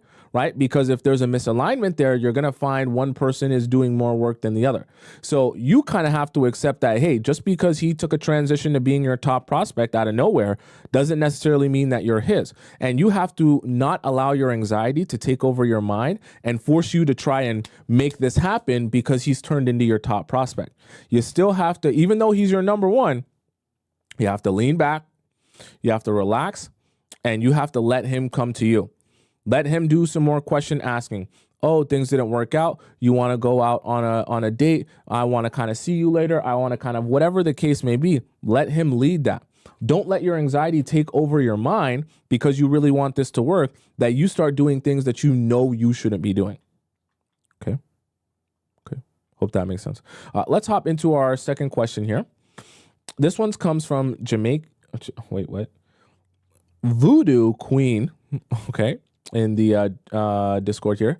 Jamaican princess meets Haitian prince. This feels like it's going to be some sort of Wattpad type of story. Let's see how this works out here, chat. Jamaican princess meets Haitian queen. Hello, Tomisin. I'm a 30-year-old female. A man under trial is 30 as well, but I'm born a year before him. Under trial? Okay. I have withdrawn for the past couple of days. He usually texts me every single day, and I take an opportunity to practice my French and Creole. What does that have to do? What? On Thursday, he texted me and I didn't respond. So he ended up calling me and asked what happened later that evening. Do you mean you go to a place where you practice, or you were just learning Creole and French like in your spare time? I let him know that I've just been busy with work and my part-time job after work. He really must have missed me because I have expressed to him that I prefer to talk on the phone, yet he still texts me all the time. He literally played a Haitian song saying, babe, what language do Haitians speak? French and Creole. Okay, that's now it's making sense. A Haitian song saying, baby, I miss you, and sang the whole song to me. I let him know I appreciated the song, but I'm about to shower to head to the next job. He's now asking me all the questions and wants to know everything. He tried to negotiate his way into seeing me even for 5 minutes, and I said no. Nothing wrong with that. I'm not going to his home or letting him come to mine for just 5 minutes. That's not what I want. So I kindly let him know that I'll be working all this weekend and next week, but I will be free and next week, but I'll be free next weekend to go out. But before he got off the phone, he said that he loves me. What? How long have you been? What? What? How long have you guys even? Sounds like it's like we're in the first couple of what? And I told him, you don't even know my favorite color. Although I've told him once, you don't even know me to love me yet. Very true. Overall, he has done, maybe you did some voodoo to him, voodoo queen. Overall, he has done some things that I don't like and are not in line with the princess treatment that I have spent my precious, precious time in learning I should require, and this is why I chose to withdraw. I honestly might break up with him. My question is this worth my time? Please see below for context. Is this the context? Okay, there's more. So to give background, we met in late December. Okay, so it's still only been a couple of months. When I got hired to work in the supermarket deli temporarily, I was in between jobs and needed something fast. So I met him day one on the job, and he took it upon himself to train me properly. So he would, okay. She was training you properly, I bet. It started off as casual, as I wasn't looking to date seriously at all and focused on getting out of a rut. However, working there was literal Judary? What? I've never heard of this word. I've never heard of this word. Is this even a word, chat? What does this word mean? I'm not going to pretend to be smart on things I don't know. What does this word even mean? As I'm not a kitchen or hard labor person, I'm more of a work from home corporate style kind of woman. Hardship? Dread? Okay. Means hardship or dread. Thank you, my thesaurus chat. He would make sure I'm okay every day we work together. Granted, he is not a trainer. So why is he training you? And try to teach me French and Creole since I've always wanted to learn. Yeah, he teaches me a lot of things. He even bought takeout for me the day he learned my favorite Haitian dish. Why? This is very inappropriate work protocol. Why is he doing all of this at work? I'm confused. I still didn't pay him any mind at first because, one, I'm a little taller. Okay. That's fine. If you don't like guys shorter than you, that's fine. And number two, I swore off Haitian men after the last one. Let me know if you want that story time. Okay, that's funny. Like I said, I was in between jobs, highly stressed, and still in focus mode. However, flirting with him did make the job more bearable. Oh, I talked to you guys about this a lot. And the time went by fast, so I said, F it, why not? No attachment mode. This is something I actually talk to you guys a lot whenever you're dealing with someone at work. Recognize the difference between someone flirting with you just because you're already having to be at that job. So flirting, like you perfectly said, Voodoo Queen, flirting makes the time go faster because it's more fun and more interesting than just sitting there and working a boring job. But recognize the difference between flirting with someone just to make time go by faster and flirting with someone because they're actually the type of person you want to date. I think right now you're experiencing the reality that this isn't even the type of guy you want to date. You just found it interesting to flirt with him because you guys were at work and there's nothing else to do except work, right? So it makes it more interesting. And honestly, I don't know if you're even his type necessarily, because whenever you meet someone at work, you don't really know if they're your type until you actually start asking yourself, would I want to invest in this person if I never met them at my job? Are they really the type of person I want to be with, right? Those are two different things. So we exchanged numbers one day and start to text. New Year's Eve is coming up and he wanted to hang out after we got out of church with our families. I agreed. He picked me up and we went to a Haitian club a few blocks away.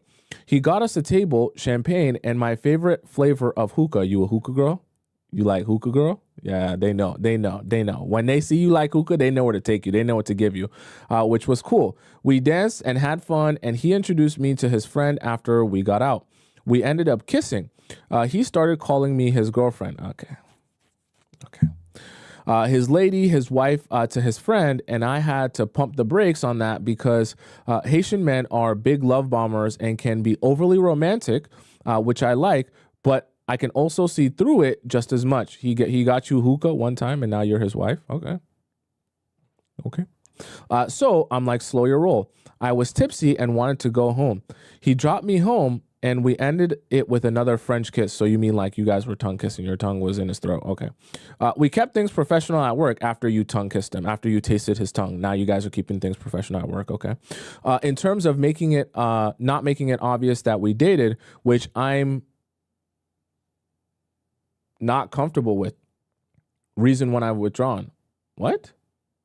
What do you're not comfortable with not making it obvious that you guys dated? What?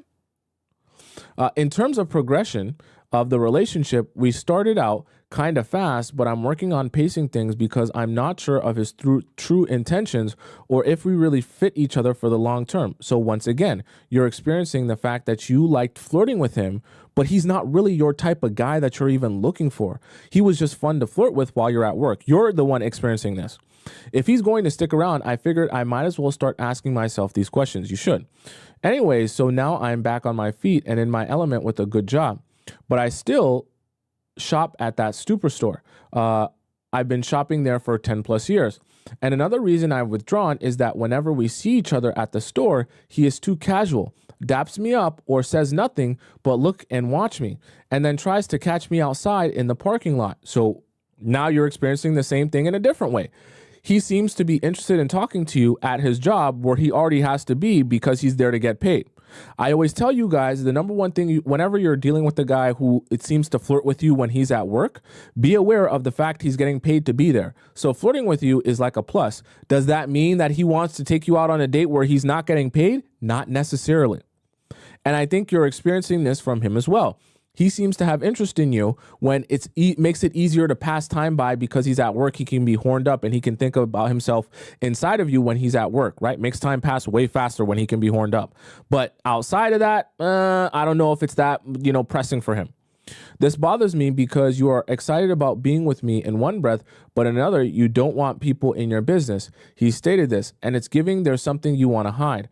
Granted, I know he takes his job seriously and wants a promotion. At the groceries? No diss. Are you talking about at the grocery store? Anyways. However, I think that even the manager will not deny his wife some work appropriate.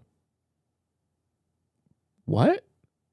However, I think that even the manager will not deny his wife some work appropriate PDA because he's proud and not scrounging in secrecy like a scoundrel. Okay. I like your diction. Okay.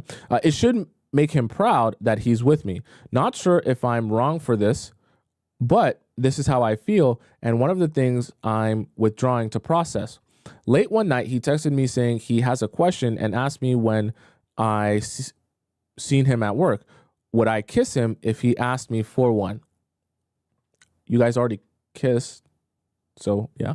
Knowing how I felt about it, I wanted to be honest, but I was unsure if he was asking this question to boost his own ego and feel like a man, or if it was a genuine question and him hinting he would like some PDA. So I responded, I'm not sure. I like for us to get to know each other more, but you already French kissed already. What do you mean? I understand that response, but you've already French kissed him, so I'm not really why are you saying that now?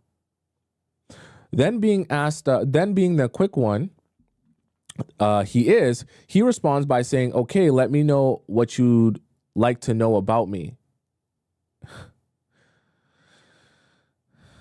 I don't think that his head's in the right place, right? If he's asking for a kiss and you're saying, I want to get to know you better, and then he starts texting you, what do you want to know about me? I don't think his head's in the right place. It sounds like he's trying to expedite this process as quick as possible. I responded that I think it's better to talk on the phone or in person because wires were getting crossed. He never called me that night, just ghosted.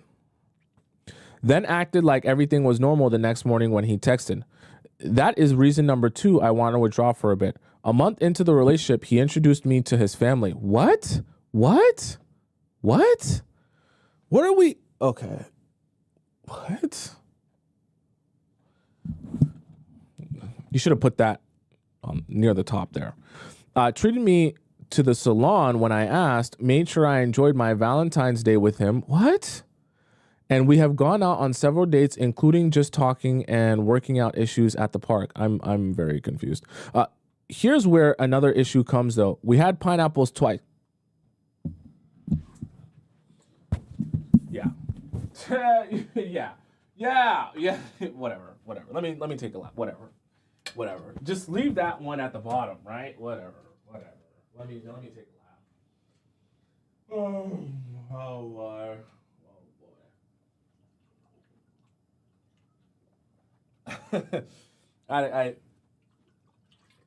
I'm gonna take a drink. I'm gonna take a stretch too. Why? I don't. Well, so your message is not a bad message, but I'm trying to understand, why did you structure it like this? Why did you structure it like this? You knew this was important information. You knew this was very important information. Why did you bury it in the like mid to bottom tier of your message here, right? Are you ashamed? You better come with the facts, okay? Come with the facts. Are you ashamed? Why are you burying it in your? You were hoping I would skip over it and I would miss that one, right? You're hoping my eyes. Hi. Yeah. Okay. We're gonna address this. Yeah. You getting a spanking today? Yeah. You thought you was gonna hide that one, yeah? Yeah. You thought so. All right, go ahead and stretch now. Yeah. Okay. And although he's still treating me the same, he is too comfortable. Well, no surprise, right? We're talking about a month in, right? A month into the relationship, he introduced you to his family, right? And now he's sleeping with you. You're really like his wife now, aren't you? Where's your ring though? Where's the ring? He did everything but give you a ring and actually marry you. Where's that one? Whatever. Like he pushes to go to each other's home, but I want to get pretty and go out and explore. Nothing wrong with that, but we should have been doing that before sleeping with him. Where did you even sleep with him? Anyways, I work from home. I don't want to see the same four walls all the time. I completely understand, what you mean. I've also decided that if we're going to not be casual, then we need to do it the right way. So I haven't slept with him since I've been pacing the relationship. I'm not saying that you're a bad person for making some realizations of mistakes you've made and trying to correct them, but you have to understand the best mistake is no mistake, meaning that you are always best served in building a relationship with a man by doing it right from the beginning rather than trying to backtrack. This is it's so, you also have to understand it's very hard for men to take you seriously too when you do this. When you sleep with them and then you start talking about, so we're not going to be doing a thing anymore where we don't sleep together anymore because I have self-respect and I'm not one of these other girls that just sleeps with guys on the first night and you can get whatever. You sound so stupid to men. I'm not trying to be mean to you, but it makes you sound very foolish. It also makes you sound very out of control. You don't have control over your own actions, that you have to start re-explaining things and backtracking things and setting new boundaries after you cross your own boundary. It sounds like you don't have a grip of this at all. Okay, so I'm not saying that to be mean to you. I'm just saying that once you start getting down that path where you're trying to reverse a lot of mistakes, you might just have to let go of the whole relationship because you've damaged a lot of your perception and reputation even in the relationship. I'm just being honest with you, right? He's reaching out more and sometimes calls me when I don't respond due to me withdrawing. He even texted me today and I don't want to ignore because I feel bad. He doesn't know my feelings at the moment, but I'm not coddling his behavior and the dynamic he'd like to take. I also have an issue with him asking for things. He outrageously asked me to buy him a PS5 because he's seen that I have one in my living room when he comes over.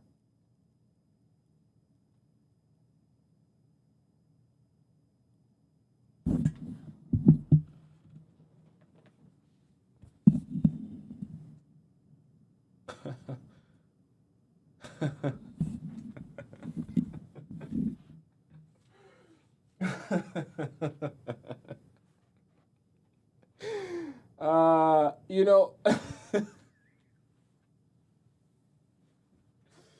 let me realign myself again. But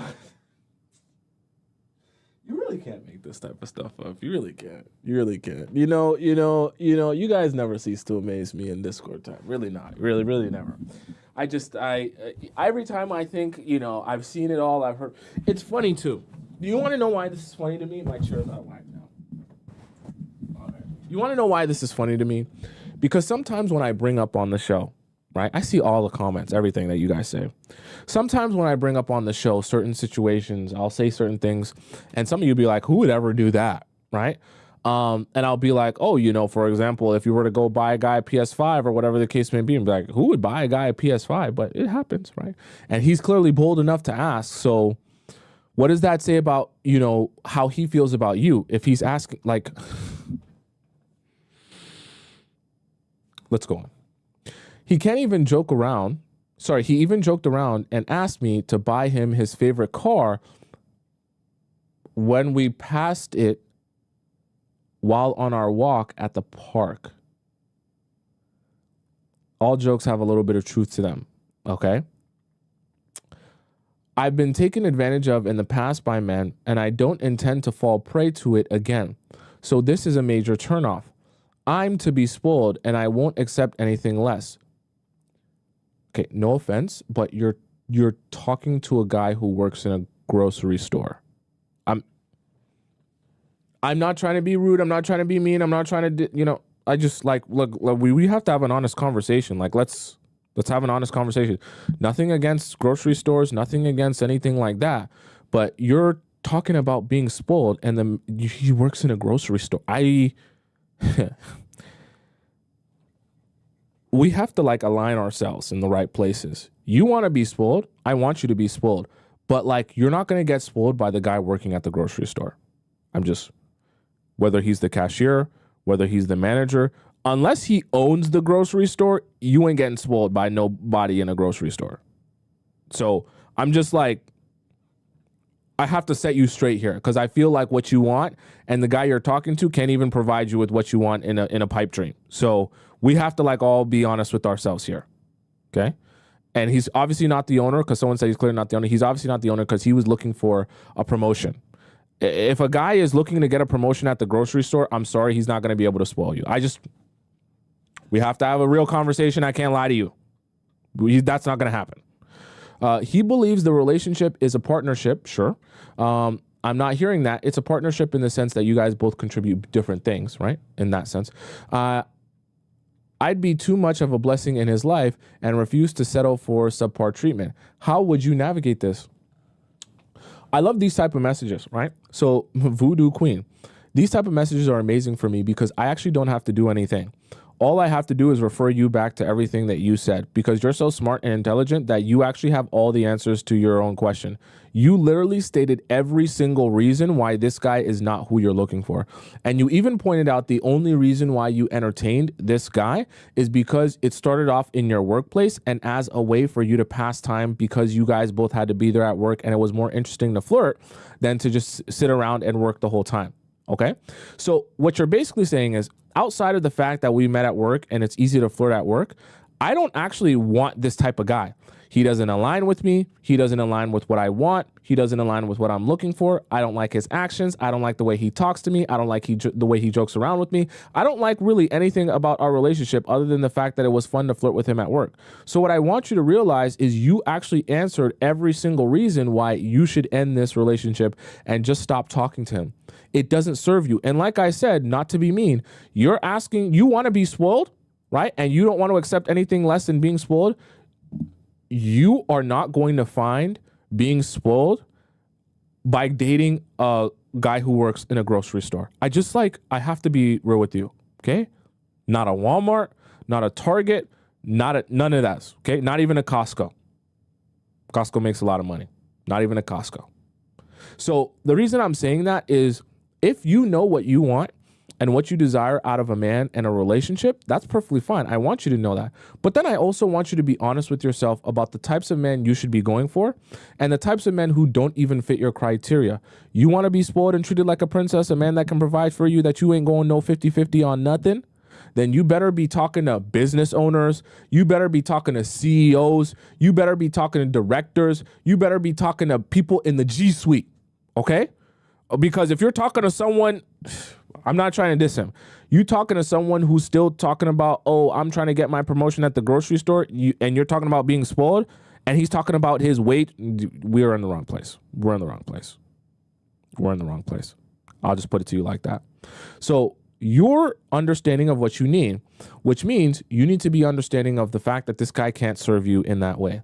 I don't care how nice he is to you. I don't care how many family members he introduces to you. And I don't care how, much he seems to want this to work. The reality, see, what I also think you're suffering from is because when you see him kind of working hard for you or trying for you, it's keeping you in a place where you kind of want to stick around to see how hard he'll try. But the reality of it is there's no amount of hardness a guy like this could try where he'd be able to provide you with the lifestyle that you're looking for. You just we just have to be real about certain things, right? Some guys might be good guys, but if you want a particular lifestyle and that guy is just not that guy, you're going to have to be honest with yourself about the fact that it's just not going to work out. Or if you really want to be with this guy and you really like him, you're sacrificing the fact that you're going to get a guy who can do all that, spoiling you type of stuff. Because he might like you and want to do things for you, but it's not going to look like, a guy who's making, $300,000-$400,000 a year. Just the reality of it. So I'm saying all this to say you answered your question perfectly why this situation should end. And I think that it should end because you have all your reasons laid out of why you don't like him and he's not aligned with you, which are the exact reasons why you end the relationship and don't continue on in this circle, right? It's a pointless circle. He's not what you're looking for. He's not what you want, and he doesn't even have the same desire to have the same type of relationship that you want. He wants a different type of relationship, which is fine, but you have to move forward from those people instead of wasting your time trying to convince him to see things your way or want the same thing as you. That's not how relationships work, okay? Let's hop into our next question here. Our next question comes from Miss Sis. Okay. Sis has a few questions. She says, hey, Thompson, before finding you, I read a book that agrees with my values. It has similar advice as you, which is why I started following your channel. For example, I don't talk to men first, disappear between dates, don't overshare or complain, end dates and calls first, answer his questions in a short way, be honest but mysterious, don't talk about exes treating you bad, let him take the lead, don't have sex before commitment. Wow. That person brought a lot of the points that I talk about. However, I have a few questions about things you and the book disagree on. For example, the book says staring is a dead giveaway of interest and not to do that, and instead stare at your surroundings and not to ask too many questions because he should find out about you slowly. What? Not the other way around. What? And not the other way around. Not to ask personal questions because you will seem too interested. Not talk about marriage. This is horrible advice. And never see a man more than 3 days a week until married. That this can progress. Obviously, you're not going to do that at the beginning, but you do want to be progressing. And not to travel to him before he travels at least 3 times to you for long distance. I would advise someone traveling to you first. And to end all calls in 10 minutes, my questions are, is staring really bad and shows desperation and too much interest? No, I don't know who wrote that book. That's horrible advice. Horrible advice. So that none of you are confused what we're trying to do here on the Players Club. This is not a hate men show. This is not men are so bad, we never want to be with the man show. You all are straight heterosexual women, meaning you get horned up and want you a big, strong, manly man, okay? You're attracted to men. So the reality of it is we're going to have to figure out how we make a relationship with a man work. Obviously, we don't want you to be in pain, but you like men. So we want to help you get with men, okay? So the reason I'm saying that is it's not just about us, saying, oh, men do this wrong and men do that wrong. We also want to realize, okay, how do we strategically give men runway to give us what we want as well? So the reason I'm saying that is when I talk about staring, when I talk about eye contact, we want to make sure men feel interest from you. Not all the time in every single way, but in particular ways that will touch them, that will encourage them to continue doing what you want, which is pursuing you. Men need to be encouraged to pursue you. So when you can seem interested at certain points, i.e. specifically on the date, when you're in person with him, you're making a very important psychological connection that I feel the most interest from her when I see her in person and ask her on a date. When men make that psychological connection, they say, if I want to continue feeling that level of interest from her, that level of focus and attention by her, then I continue to ask her out on more in-person dates, which is subsequently what you want. You want men to ask you out on more in-person dates. So you want to do things that will encourage them to do that on an ongoing basis. If you go on an in-person date with a man and you purposely try to show him as little interest as possible by looking at the sky, looking at your plate, looking over here, not asking him any questions, not seeming interested in him, he's going to walk away from that date saying, this girl is completely uninterested in me. She's probably disgusted by me, and I should never ask her out on another in-person date ever again. Men aren't like we're talking about human beings here. So it's not like, oh, ignore them totally to the point where they think that you hate them and then they'll respond to you according. That's not how it works, right? Eventually they'll realize it's a waste of time because you have no interest. You're giving them a lot of signs of no interest. What you're trying to do is you're trying to show them little interest in the places where you don't want them focusing their energy and show them a lot of interest in the places where you want them to make a lot of connections, right? i.e. in-person dates. It's the reason why I don't want you doing a whole bunch of stuff over text, because we don't want him to get a lot of dopamine from the conversation he's having with you over text or even phone calls. We want a majority of his dopamine to come from being with you in person, that becomes the addiction he has to asking you out and seeing you in person more and more times, okay? Doesn't him having my location kill the mystery? Is he your boyfriend? If he's your boyfriend, there's nothing wrong with that. If he's not your boyfriend, I think it's kind of strange that a guy who's not your boyfriend will be having your location, okay? So yes and no. It depends on your situation. If it does, is there a way to stop sharing it that won't seem suspicious? If he's your boyfriend, you should share your location with him. That's a safety thing. If he's not your boyfriend, why are you already sharing your location with a guy who's not your boyfriend?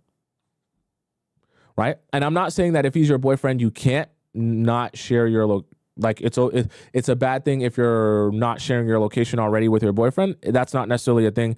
It's just a matter of where you guys are in your romantic relationship, if you guys want to do that or not. But what I'm saying is, if you guys already do that and he's already your boyfriend, turning that off will seem very suspicious. That's very strange. That's an example of a pattern interrupt that people would see that or experience that and say something's going on. That would be very strange. When we are 6 months into boyfriend and girlfriend, you said we can see him as much as we want, but to at least take one day off. Yes. You always want to keep, at least, especially when you're not living together, you definitely want to keep one day where he doesn't see you in person. Okay, that's good. It's healthy. It helps him continue to desire you, especially because you guys aren't living together. You shouldn't have to see each other every single day. Do you think that will stop him from marrying me, even though he brings up how much he wants to marry me daily? No. What a lot of you misunderstand about guys and their desire, when they have desire for you and you feed it just enough for them to keep having more and more desire for you, that is a good place to be. A lot of you get anxious about when a guy tells you, I want to see you more, I want to talk to you more, I want to spend more time with you. A lot of you think that a guy will leave you if you don't give him exactly that. That's not how guys work. When you don't give him exactly that, he just continues wanting more of your time, wanting more of your energy, wanting more of your focus. And as long as you're doing enough to just continue feeding that cycle of him just getting enough from you but continuing to want more, he will continue to desire you more, and you'll continue to feel that desire through his pursuit. The moment you give a guy exactly what he wants by seeing you every single day, that he never feels the need to miss you or feels the need to ask for more of your time or feels the need to be like, oh, I wish I could just be with you right now, that is the moment where you'll get the worst version of your man, because he'll be in a relaxed state where he says, yeah, I already spent enough time with her. I could go a couple of days without seeing her. Yeah, I talked to her a bunch. Maybe I don't need to talk to her today, right? Once you take away that burning desire and passion from men to want more of you, you've lost. you completely lost in your relationship, right? The book also says to avoid his social media, but I always respond to the cute reels he sends me. Is that bad? If he's your boyfriend, it's not necessarily a bad thing. But you know, you would, of course, in a perfect situation, you kind of want to keep things more high quality and less in terms of just quantity. But responding to reels is not the end of the world, okay? Especially if he's your boyfriend.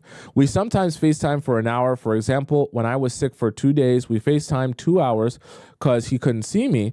Is being on call for an hour or two too long? No, if you're sick, he probably wants to check up on you. Because I know, sorry, I should preface, I know, sis, that you have a boyfriend. So a lot of the questions you're asking are related to being with a boyfriend. So your situation is going to be different than being with the guy you just started talking to. I would never advise this for a guy you just started talking to. But if a guy's your boyfriend and he calls you when you're sick and you guys talk on the phone, that's not a bad thing, okay? The authors of the book switched up and said you may move in if there is an engagement soon. Do you agree? No. You move in when there is an engagement. So sorry, I shouldn't even say when. After there is an engagement. It's a very important distinction because someone might say, oh, I want to move in because there is an engagement coming soon. Yeah, maybe it's coming soon to you. Is it coming soon to him? So in order to avoid confusion, let's just do that afterwards, right? Move in after there's an actual engagement. Then there's no confusion. There's no assumption. It's happened already, right? Does asking too many personal questions show desperation? Absolutely not. Asking a lot of personal questions shows the fact that you're interested in him, which is exactly what you want. When you go out on a date and you look like you're interested in a man in person, I'm not talking about over text, in person, and you look interested in that man, he's more likely to be honest with you about himself and spill his guts. It helps you in two ways. One, it helps you better get to know him and understand how he really is and who he really is. And number two, people feel closer to you when they share things about themselves. Ironically, and as weird as it sounds, people do not feel closer to you by hearing you talk about you because he hasn't lived your life. He doesn't know what you've been through. You're not the most important person in his life. When you're wanting to get someone to feel close to you, you ask them about themselves because who do they spend the most time with? Themselves. Who do they see every day? Themselves. Whose life is the most relevant to them? Themselves. So when you ask someone questions about themselves, that's actually when they feel very close to you. So ignore, I don't know why that book would say that. That's the complete opposite. That's so wrong. Is it okay to overshare sometimes when he is your boyfriend? If he's your boyfriend, that subsequently means it's a safe space. So yes, of course, it's okay to overshare sometimes with your boyfriend. That's not a crime, right? That's more of a safe space. So the same rules that apply to people who are just starting to date is not the same rules for you, right? Obviously, there's commitment there in some way, shape, or form. The book says it doesn't matter where the dude makes the first move. Dating apps, social media, etc. I wouldn't advise you to be on dating apps. You say it's better in person, 100% better in person. It takes a lot more courage. And it also takes a different type of a guy to do all of this in person. You'll be surprised how many guys will talk a big game over dating apps or over text, and then they won't do nothing with you in person. Okay, waste of your time. I feel like mine was a mix of both, but I was curious about your thoughts on this. Don't waste time on guys who don't have the courage to do things or date you or approach you in person. A lot of guys will do things over message they wouldn't do in person. I also have a few questions specific to my relationship that are unrelated to the book. He loves joining me and gets upset when I tell him I want to go alone. For example, when I go shopping or to the gym, he always wants to come and pay for my shopping, and we motivate each other a lot at the gym. I do have my alone time when studying or when with family, but do you think it's okay to let him join me on most stuff?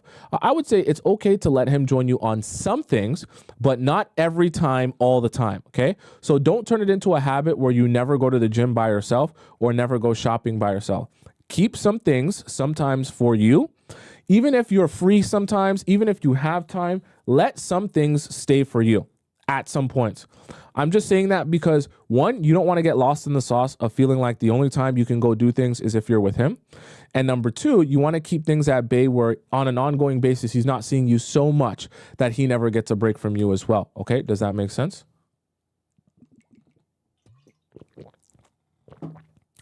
Number two, he is extremely rich. And I know with rich guys, you don't speak about their money, but I also use the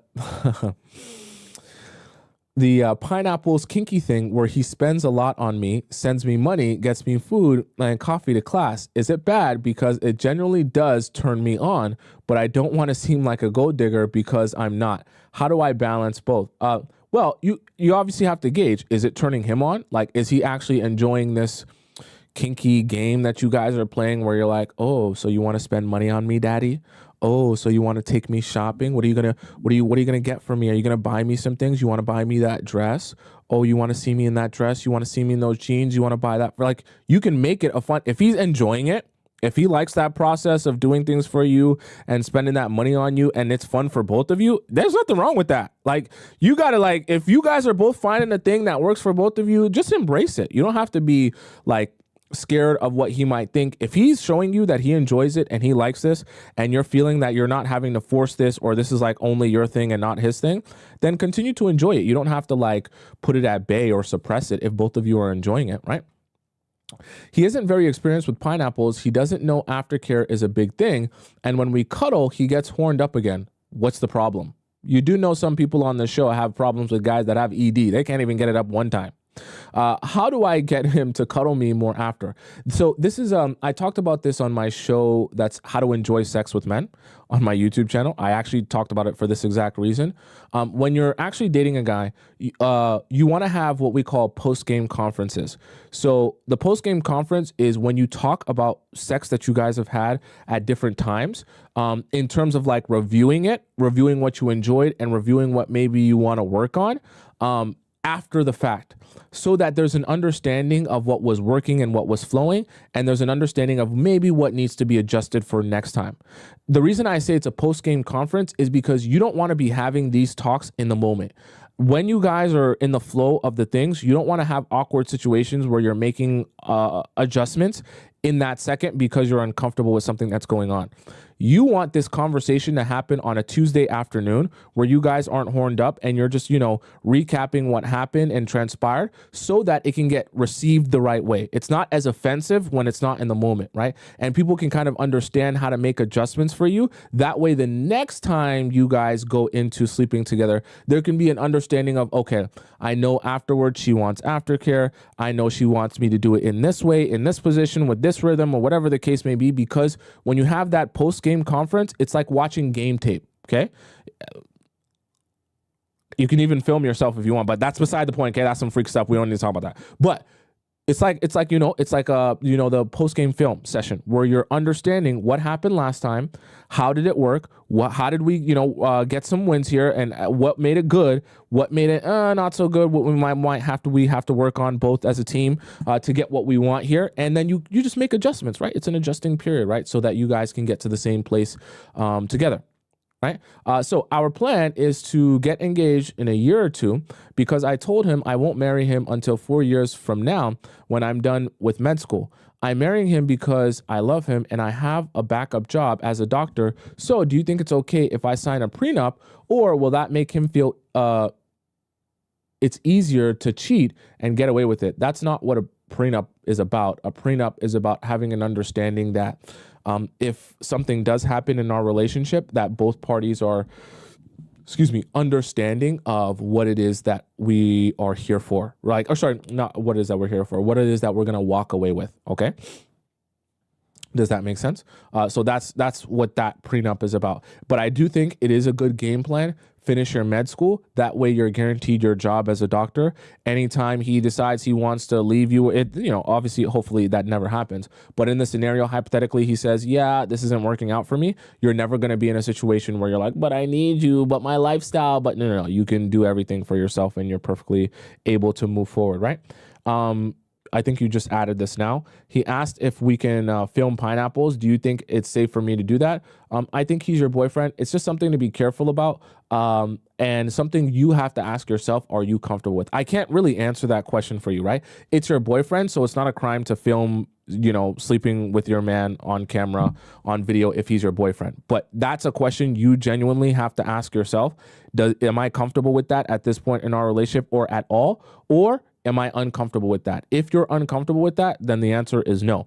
If that's something that turns you on, you find interesting, whatever the case may be, then you're allowed to do whatever you want to do. It's your relationship. I can't answer that question for you, right? It's really about your own preference there, right? Okay, I think I answered because I kind of was answering them as we were going. So I think I kind of answered all of these here. Okay, yeah. Yeah, we're good. We're good. All right, let's thank you for formatting it like that. I actually like that kind of format where you guys go with the questions that you specifically want answered about your story and scenario. Now, here with Princess in 4D, mixed signals or red flags. It's been about 3 to 4 weeks since I last saw Ghanaian man in person. For an update, you previously advised me to ignore him to make him realize there was an issue. However, I've never got the chance to do that because he went 5 days without texting me, essentially ignoring me first. I assumed he was ghosting me. I didn't reach out or chase him. We just didn't talk at all. On Friday, he reached out telling me he had been in a car accident and didn't text those 5 days because he wanted to handle it alone. I told him we needed to have a serious conversation. We spoke on the phone the next day and we were able to work through things. He mentioned how I hadn't reached out to him, asking why I didn't find it odd that he had gone so many days without talking to me. Your response to that should always be, anytime a guy says this to you, your response should always be, I don't know what's going on in your life. So if you don't communicate things to me about what's going on in your life, I can't make assumptions. Do you understand? So the reason for that is sometimes people will try to escape accountability of not reaching out to you by saying, why didn't you reach out to me? I was gone for 5 days. Wait. I didn't know you were in an accident. I didn't know that you were going through a this and you were going through a that. You are the one that stopped messaging me. So if you're going through something or you want my support or you want whatever the case may be, you want to hear from me, then reach out to me and let me know what's going on in your life. And then I'll be able to support you. You can't say, oh, I got in an accident and you didn't text me.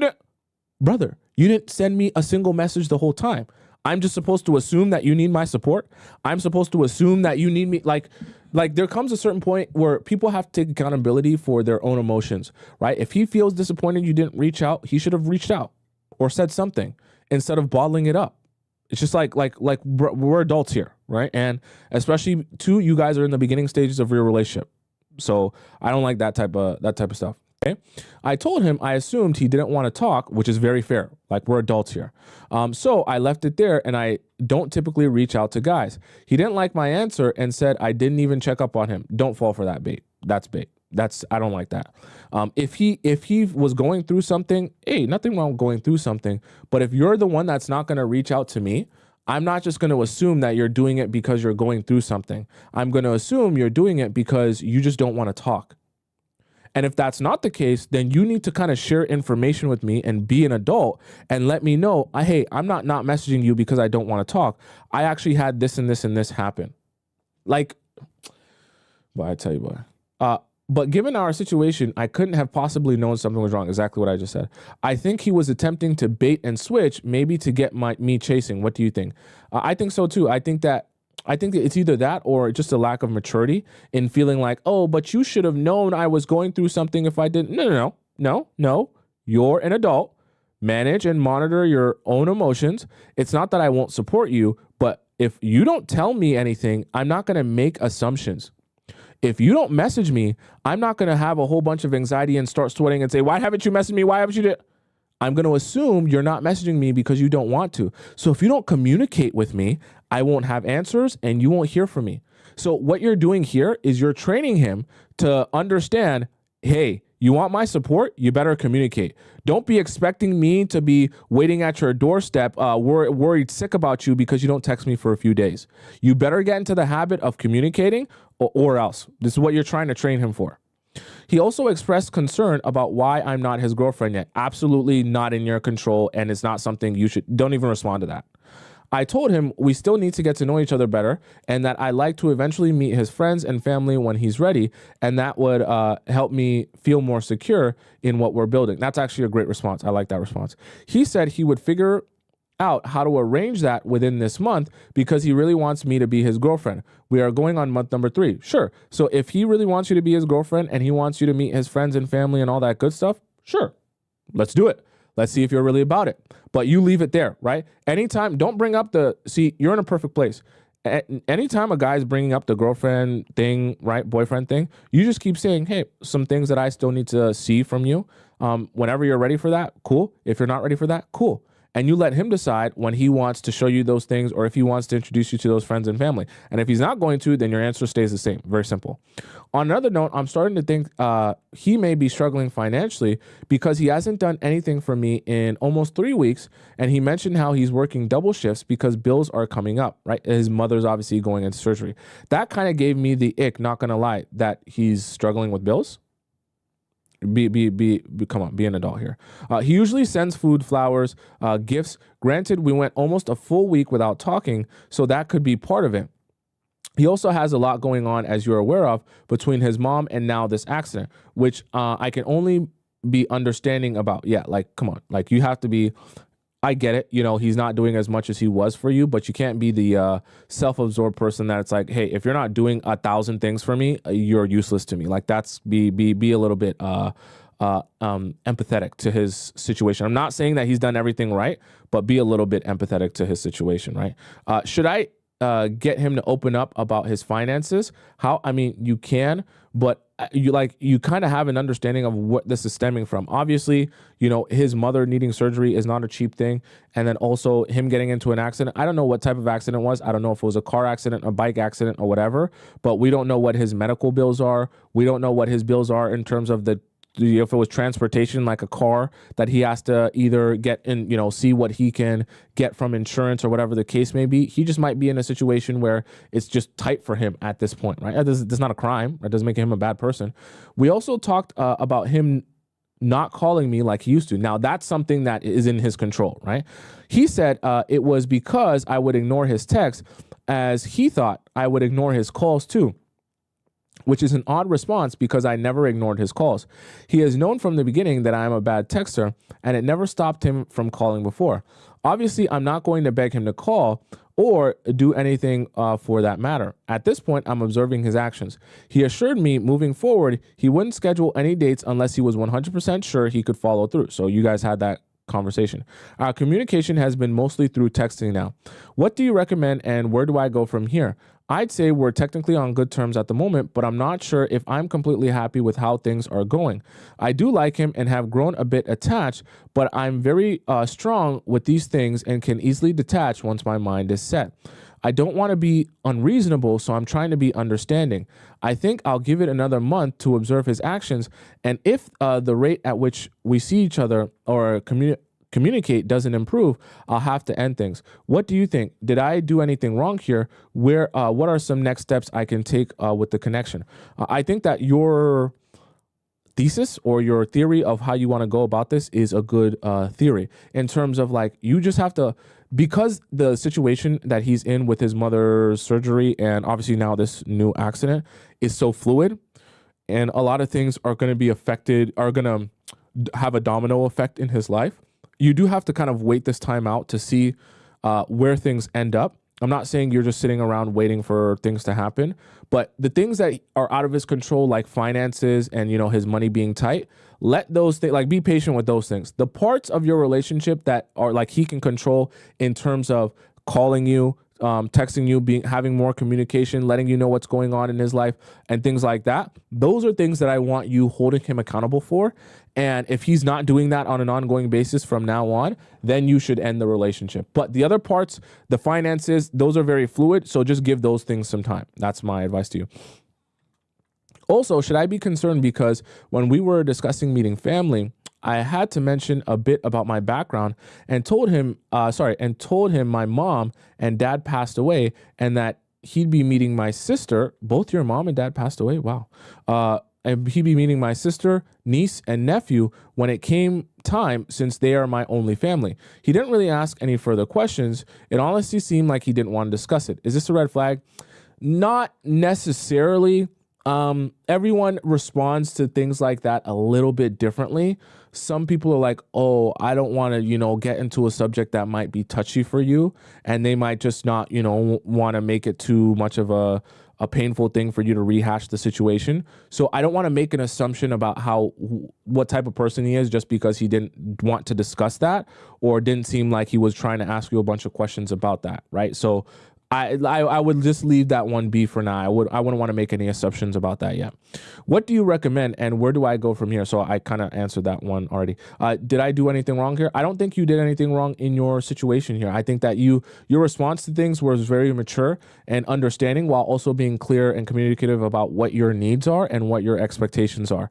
And I think that training him to understand that he has to be an adult in terms of at least communicating his feelings or situations in order for you to support him properly is a very necessary step into having successful relationships. You can't create a relationship which a guy feels like you should read his mind or know what he needs at any one moment in time without ever communicating what his needs are. That doesn't work, okay?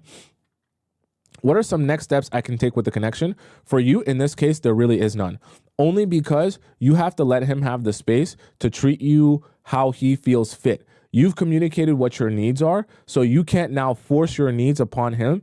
You have to see if he's actually capable of taking in information and making an adjustment, right? All you're really asking for here is for him to be more communicative with you and probably lean towards at least phone calling you instead of texting you, and at least try his best to make some sort of in-person plan with you if he can. And when he does, stick to that.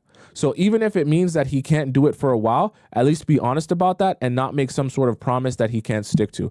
That's all you're really asking for here, and that's all you should communicate. But then you have to allow him to choose his own path after that. So there's not much for you to do after that. Should I be concerned that he didn't ask for the question about my background? No, not yet. Let's wait. We're still in the first couple months, and a conversation as heavy as both of my parents passing away, not every date is going to be that time for that conversation, which is fine. It's not about not hearing certain things. It's about allowing yourself to build up to feel safe enough to talk about certain things. And some guys don't even just know how to approach that. It's not because they don't want to talk about it. They just don't know where to start. Like when they hear something that deep, you know what I mean? How long to go between texts? Is me responding 2 to 4 hours excessive? It depends on the situation, right? I would say, going between 30 minutes, an hour on a regular basis is fine. I'm not saying that you should purposely try and do 2 to 4 hours. I just think that you should more focus on doing things for yourself and responding where you can. I know me, for myself, I'm not a big texter. There will be times where I text more frequently in between messages. And then there will be times where it takes me an hour or two to respond because I'm actively doing something. I don't think to myself, chat, I'm not really trying to help you play more games. I know it feels like a game, but that's not really my goal here. I'm not a good texter, but I don't sit on my phone and say, okay, I've got to make sure that I take exactly 1.5 hours to respond to this message. I really don't. And I'm not even a good texter. All I do is when I have time or when I'm able to respond, I respond. Usually, if I'm driving or like on my way to do something, my mind is focused on what I'm going to do. I usually don't send a lot of messages. So if I'm on my way to do something, by the time I go to the place, get ready, drive myself there, be at the place, especially me when I'm present with people there, I find it very difficult to take my mind off of what I'm doing and text. Even if what I'm doing is boring, it's very difficult for me to do that. So those times, I usually don't text and I don't force myself to keep a text conversation. And it just naturally, there'll be ebbs and flows. There'll be times where I respond quicker and there'll be times where it takes me longer to respond. Just allow yourself to go through the ebbs and flows. Don't be so focused on each text message has to be an hour and 45 minutes in between, right? That is just too much, right? You can't be thinking of texting that deeply. You just have to have your own life and allow yourself to be present in whatever it is you're doing. And I promise you, it will fall in line how it's supposed to fall in line. You won't have to think very much about that concept. Okay. Okay. Let's do a couple of these free questions here. And then we'll, let's see here. Want to make sure. Wow. There's so many. So many. Okay. Let's start off with, do we do this one? Let's see. Do we do that? Okay. All right. So this question here comes from LP Baby. Hi, Tommy. This new guy is 34. I'm seeing has a pic that I'm wary of, like a pic on his phone. In his Instagram, he has a birthday post where it's a group of his family, friends, frat boys, and girlfriend at the time. I know this because it says so in the caption with a heart emoji. And in the last pic slideshow, it's a pic of him and his girlfriend at the... Wait. And in the last pic slideshow, it's a pic of him and his girlfriend at the time. As a straight man, how is it perceived if he has his ex-girlfriend in a B-Day group pic and a pic of them together that has not been deleted?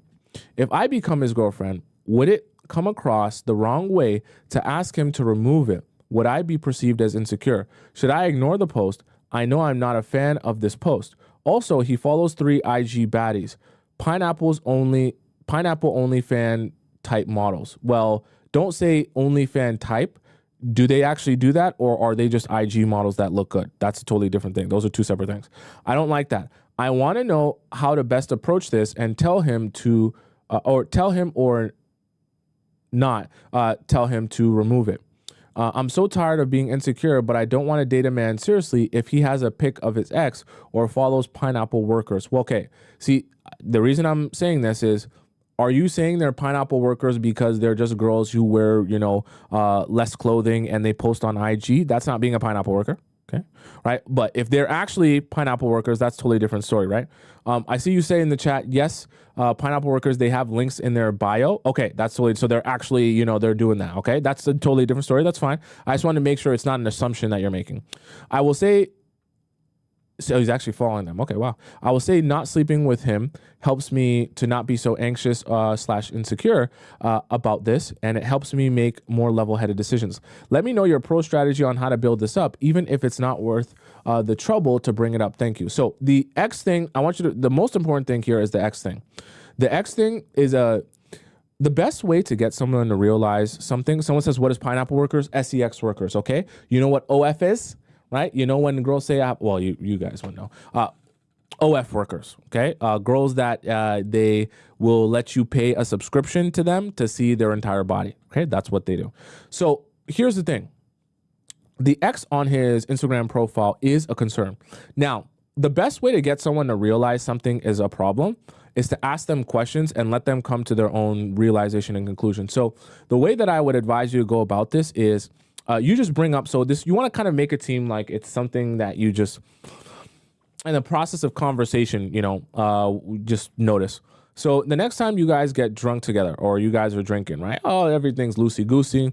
You start talking about social media. Just bring up social media in general, right? Just bring up Instagram in general.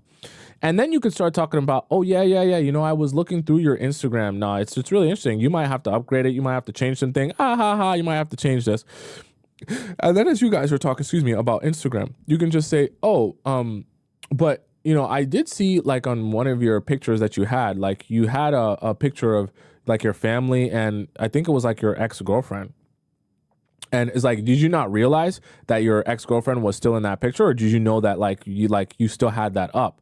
And then let him respond. Either he's gonna say, "Oh, yeah, no, I knew about that picture. I know that it's still on my profile. I just been had it there because I just didn't want to delete it." Or he's gonna say, "Oh shoot, I still have that picture. I just didn't realize. Can I delete it? Is it possible? I didn't know if I could delete it without deleting the whole post because I like the post, but I just obviously don't want to keep the same picture." Then you can tell him, "Oh no, you can delete just the one picture from the slideshow. It doesn't mean that you have to delete all of them," or whatever the case may be.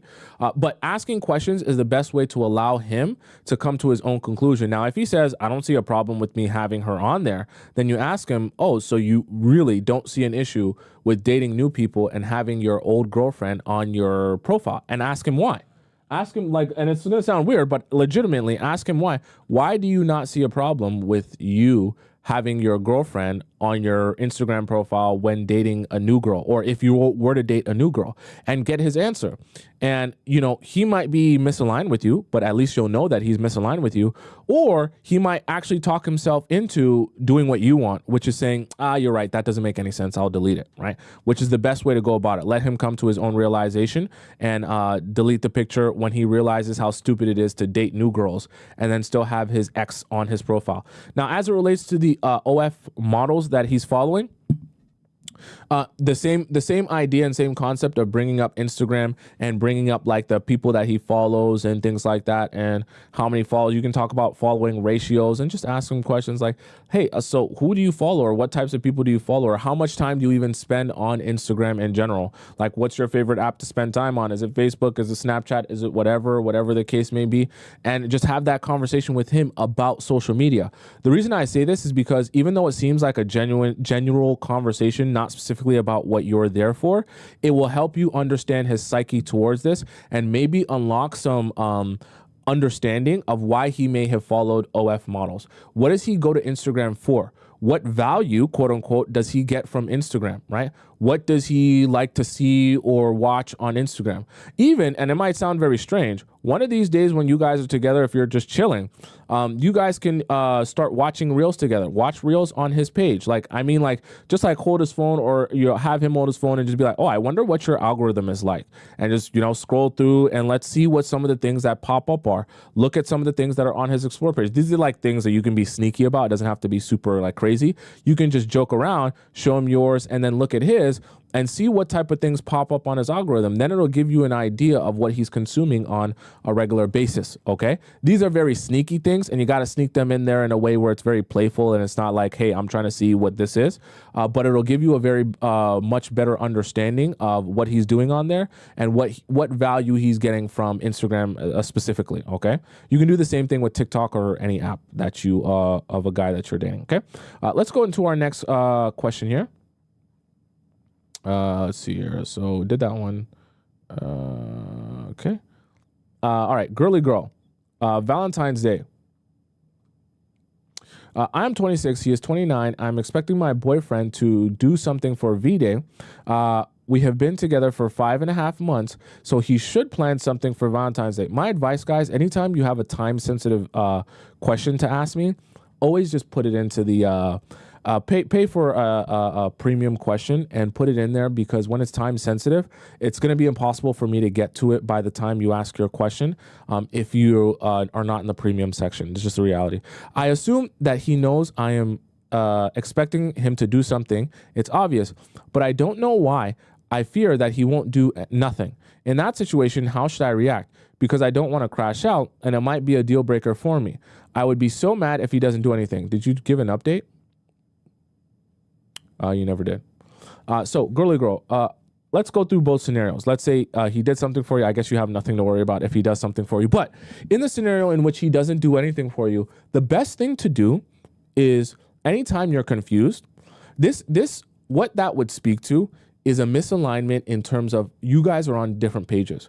If you're thinking we've been together for 5.5 months, so you definitely should be getting me something or doing something for me for Valentine's Day, and his understanding of this relationship is Valentine's Day is not something where I need to be doing something for you, you guys have a misalignment. So the best thing to do rather than freaking out is to simply start asking some questions. So we didn't do anything for that. You don't have to like start acting desperate or anything like that. But the next time you see him in person, be like, okay, yeah. So we didn't do anything on Valentine's Day. Like, was there any particular reason? Like, did you just not want to do anything, or you just didn't think it was important, or whatever the case may be? And genuinely just ask him, like, get to understand why is it that he just didn't feel like doing anything for Valentine's Day. Now, if his response is, I just didn't think it was important, I just didn't think it was necessary, or if his response is, I just didn't think our relationship was that serious, perfect. Now you have your answer. You guys are on two different pages. He's thinking your relationship is in one place, and you're thinking your relationship is in another place. Now, forget Valentine's Day. That's not even the important part. The important part is addressing the fact that you guys are on completely different pages here. Now you have to start asking some follow-up questions to get an understanding of, wait, where do you think our relationship is at right now? Like, where are you trying to go here? What is your assumption of what we've been doing here and building here? And you really have to start digging deep and getting an understanding of where his mind is at mentally. Because for you guys to be on such different pages like that, that means you've been missing a lot of things. Meaning that there's been definitely some talk or some rhetoric or some actions that you've been misinterpreting, that you've been taking as he's very serious, but he's been receiving or doing as it's not that serious. In which case, there's a whole different conversation you guys need to have that is completely unrelated to Valentine's Day. But Valentine's Day can also be a very good barometer to see how where a guy's mind really is. Because the guys who really don't care, they're not trying to be going out all out for Valentine's Day. And the guys who obviously do care and are taking it serious will be more inclined to do something for you, right? So maybe you have an update there. All right, let's go into our next question here. We got a... Oops, this one comes from Trex. Okay, we're going to save that one. This one comes from Trex. Trex says, how much is too busy and how long should I wait? I'm 26 in 2024. Around Thanksgiving, I meet a guy who's 30 from Hinge. I know you don't like dating apps, but it's been helpful as someone who works remote. What do you mean by that?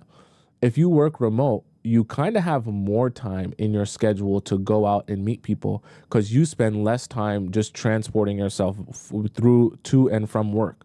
So you actually took back some hours by working remote, which you should be able to invest in going out more and meeting more people. So you actually have less of an excuse because you have more time on your hands. Just saying. From our first date at Speakeasy, it was instant sparks. Okay. He was even very vulnerable about his mom passing 2 years ago and his pause with dating until now. We naturally talked about our ideas with kids and marriage too. He checked all my boxes on the first day, right? But then he left for 3 weeks for a holiday trip. I was anxiously waiting and enjoying my own holiday, but I have a habit of stalking the person online. Horrible. It's horrible because you're feeding a monster that will only grow bigger. Is this a bad thing? Yes, for that exact reason. When you start feeding that monster, it will become an insatiable appetite to check up on everything he's doing all the time. It's not healthy for someone who you just met and you've only been on one date with.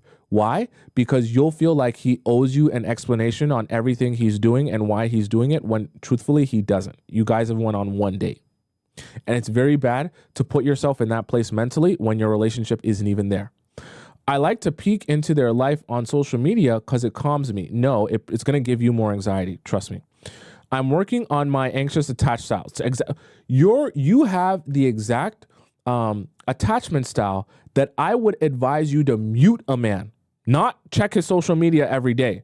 When you have a newsflash for any of you who have anxious attachment style, the mute button for men that you date should be your favorite button. Absolutely favorite button. Because you can very quickly fall into the trap of, every day, what is he doing? Who is he with? Who's commenting on his picture? Who's he following? Who's he not It is a sickness. It is a virus. It will take over your mind and it'll make your relationships horrible. Don't do it, especially if you have the anxious attachment style. Don't do it. Mute men so you don't see their post and you forget about them. I'm honestly telling you the truth for the benefit of your relationships. Anyway, this guy would text me about once a week, and in it he would check in on me and update me about what he is up to. Okay. On our first date, he told me he doesn't like to be on the phone a lot and is a very busy guy. He is getting his master's, so he is often stressed. Fair. I believe him, but I know many people say men will make time for who they like. Fair. He lives 1 hour away and I don't have a car. When he returned, he did follow his word and take me out on a second dinner date. Fair.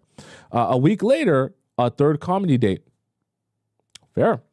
He would always put in a lot of effort coming to my area, even in a winter storm. But at the end, he would ask about going back to my place for sexy time. Does him asking me make him not serious? Well, see, it depends. What do you mean by asking for sexy time? Do you mean he's literally saying, hey, I want to go back to your place and sleep with you? Or is he asking to come back to your place and you're like assuming that he wants to do that because he wants to sleep with you? The reason I'm saying that is because you didn't specify. So I don't want to make an assumption because those mean two different things, right? Side note, ever heard of Orion's TerraBand's ideas with sex early in dating? No, you'd have to explain them to me. Either way, we didn't have pineapples. The problem is when he scheduled a fourth date, he canceled because he got sick, and then later said he is so busy with school, he can't give me the attention I deserve right now. Fair, honestly, he's doing his master's, and wants to take a break until he graduates. Fair, honestly, he's doing his master's, and if he's in the last year, he's got a lot of stuff to get done. I'm gonna be honest with you. He was clear, he still likes me, but should I wait for him? I don't think you have to wait for him, right? He said to let him know if I'm in the area to meet up, but we don't text anymore. Should I move on even try to go see him, he broke up with his ex because she was too needy and he worked a lot. How do I deal with a busy guy? So one thing you're not going to do is you're not going to wait around. So you can continue dating men and seeing whoever you want. Is your prerogative. It's your life. I want you to do that. But what I also don't want for you to begin doing is I don't want you, okay, this is a trap here. Because he kind of left you with, hey, let me know if you're in my city or whatever the case may be. You might think that that's an invitation to like actually pull up on him or like make some effort towards seeing him. It's not. What he's saying is, I don't even have the capacity to really invest in a woman. I know that. He's actually doing you something noble here by telling you he knows that and he knows he's not going to be able to show up for you. But what he's also saying is, hey, in the event that you become super anxious or super desperate, or you want to make it super easy on me to see you, then you can go ahead and do that. And then I'll see you because it doesn't take a lot of, effort on my part. That's what he's basically saying, right? He's basically saying, I know the right thing to do is invest in you, but if you want to give me my cake and allow me to eat it too, I'll be willing to take that offer. So the reason that I'm saying that is don't fall for that trap. And he said what he said, let that be so, and allow yourself to say, oh, okay, you're not ready to date. You're not in that capacity. You have to figure some things out. You have to graduate. Cool, perfectly fine. I'm going to move on with you don't have to tell him I'm moving on with my life. You just tell him, okay, cool. You don't text him. You don't call him. You don't reach out. You go on, continue dating whoever you want to date. And in the event that he graduates and he returns back to being ready mentally and emotionally to take on a relationship and invest in a woman, and he reaches out to you and you're actually available and free and single, then he'll get another chance with you. That's the only way he should ever get to see you again. It shouldn't be because you happen to be in a city. Don't make an effort to be in a city. Even if you are in a city, don't send him a message that you're in a city. Nothing. Even if you see him post that he's in your city, don't send him a message. Don't respond to his story. Nothing. He's told you he's not ready to invest in a woman and a relationship. Perfectly fine. Figure your own things out. Figure out how you return to a place where you can invest in a woman. When you figure that out, then you come to me and I will decide if I'm ready to date you. Simple as that. You don't give men access to you in any other capacity. Don't be a friend to him. Don't be someone he can talk to and vent to about his problems. Don't be nothing to him. He's told you where he's at. He's told you what he needs to figure out. Let him figure those things out and decide where he's at later on once he figures those things out. And then we can see if a relationship will work. Very simple. Don't make that process hard and don't let your anxiety take over your mind thinking, oh, well, I'm in this city. Maybe I hit him. Nope. Oh, he's in my city. Maybe I should. Nope. Maybe I'll take a ride or take the bus. No, none of that. Okay. He gets ready, figures his stuff out. He graduates. Then he'll hit you up. If you're still single and not dating someone else that you like better, then you can re-entertain him and only then. Okay. All right, chat. That's the show for today. If you have a personal question for me, a private one, you want to drop it in the free section, you want to drop it in the premium section, you want to drop it in the private section, you can ask me any one of those questions by hitting the link in my bio on TikTok or in my description on YouTube. For those of you who are watching the show on TikTok and you want to rewatch the show from start to finish because you love it so much, you can always get access to the show by going onto my YouTube channel, which is just my name on the top right corner of the screen. It's my name, Tomisin, Tomisin on YouTube, and you'll be able to go into the live section and see this live stream and all the other live streams I've done since the beginning of time. Okay. And you'll have the YouTube and the TikTok chat embedded in the video. So you'll see all the conversation that we have there. Okay. For those of you who want to follow me on Instagram, my Instagram is just above my head on the top left corner of the screen. It's Tomisin_Atob, Tomisin_Atob. You can follow me on Instagram and see everything I'm doing. If you're watching on YouTube, it's down in the bottom there. You can see the link to my Instagram as well. For those of you who are wondering when you can catch me live again, I'm live every weekday, 4 p.m. Eastern. I'm thinking of how I used to do my schedule. I'm live 4 p.m. Eastern Standard Time, Mondays and Thursdays right now. And so that's the schedule that we do. So the next time I'll see you guys will be on Thursday. I know it feels like a long way away, but don't worry. Thursday will be coming eventually. And that's when we'll have more conversation. We'll get to know each other better. We'll answer more questions and all that good stuff.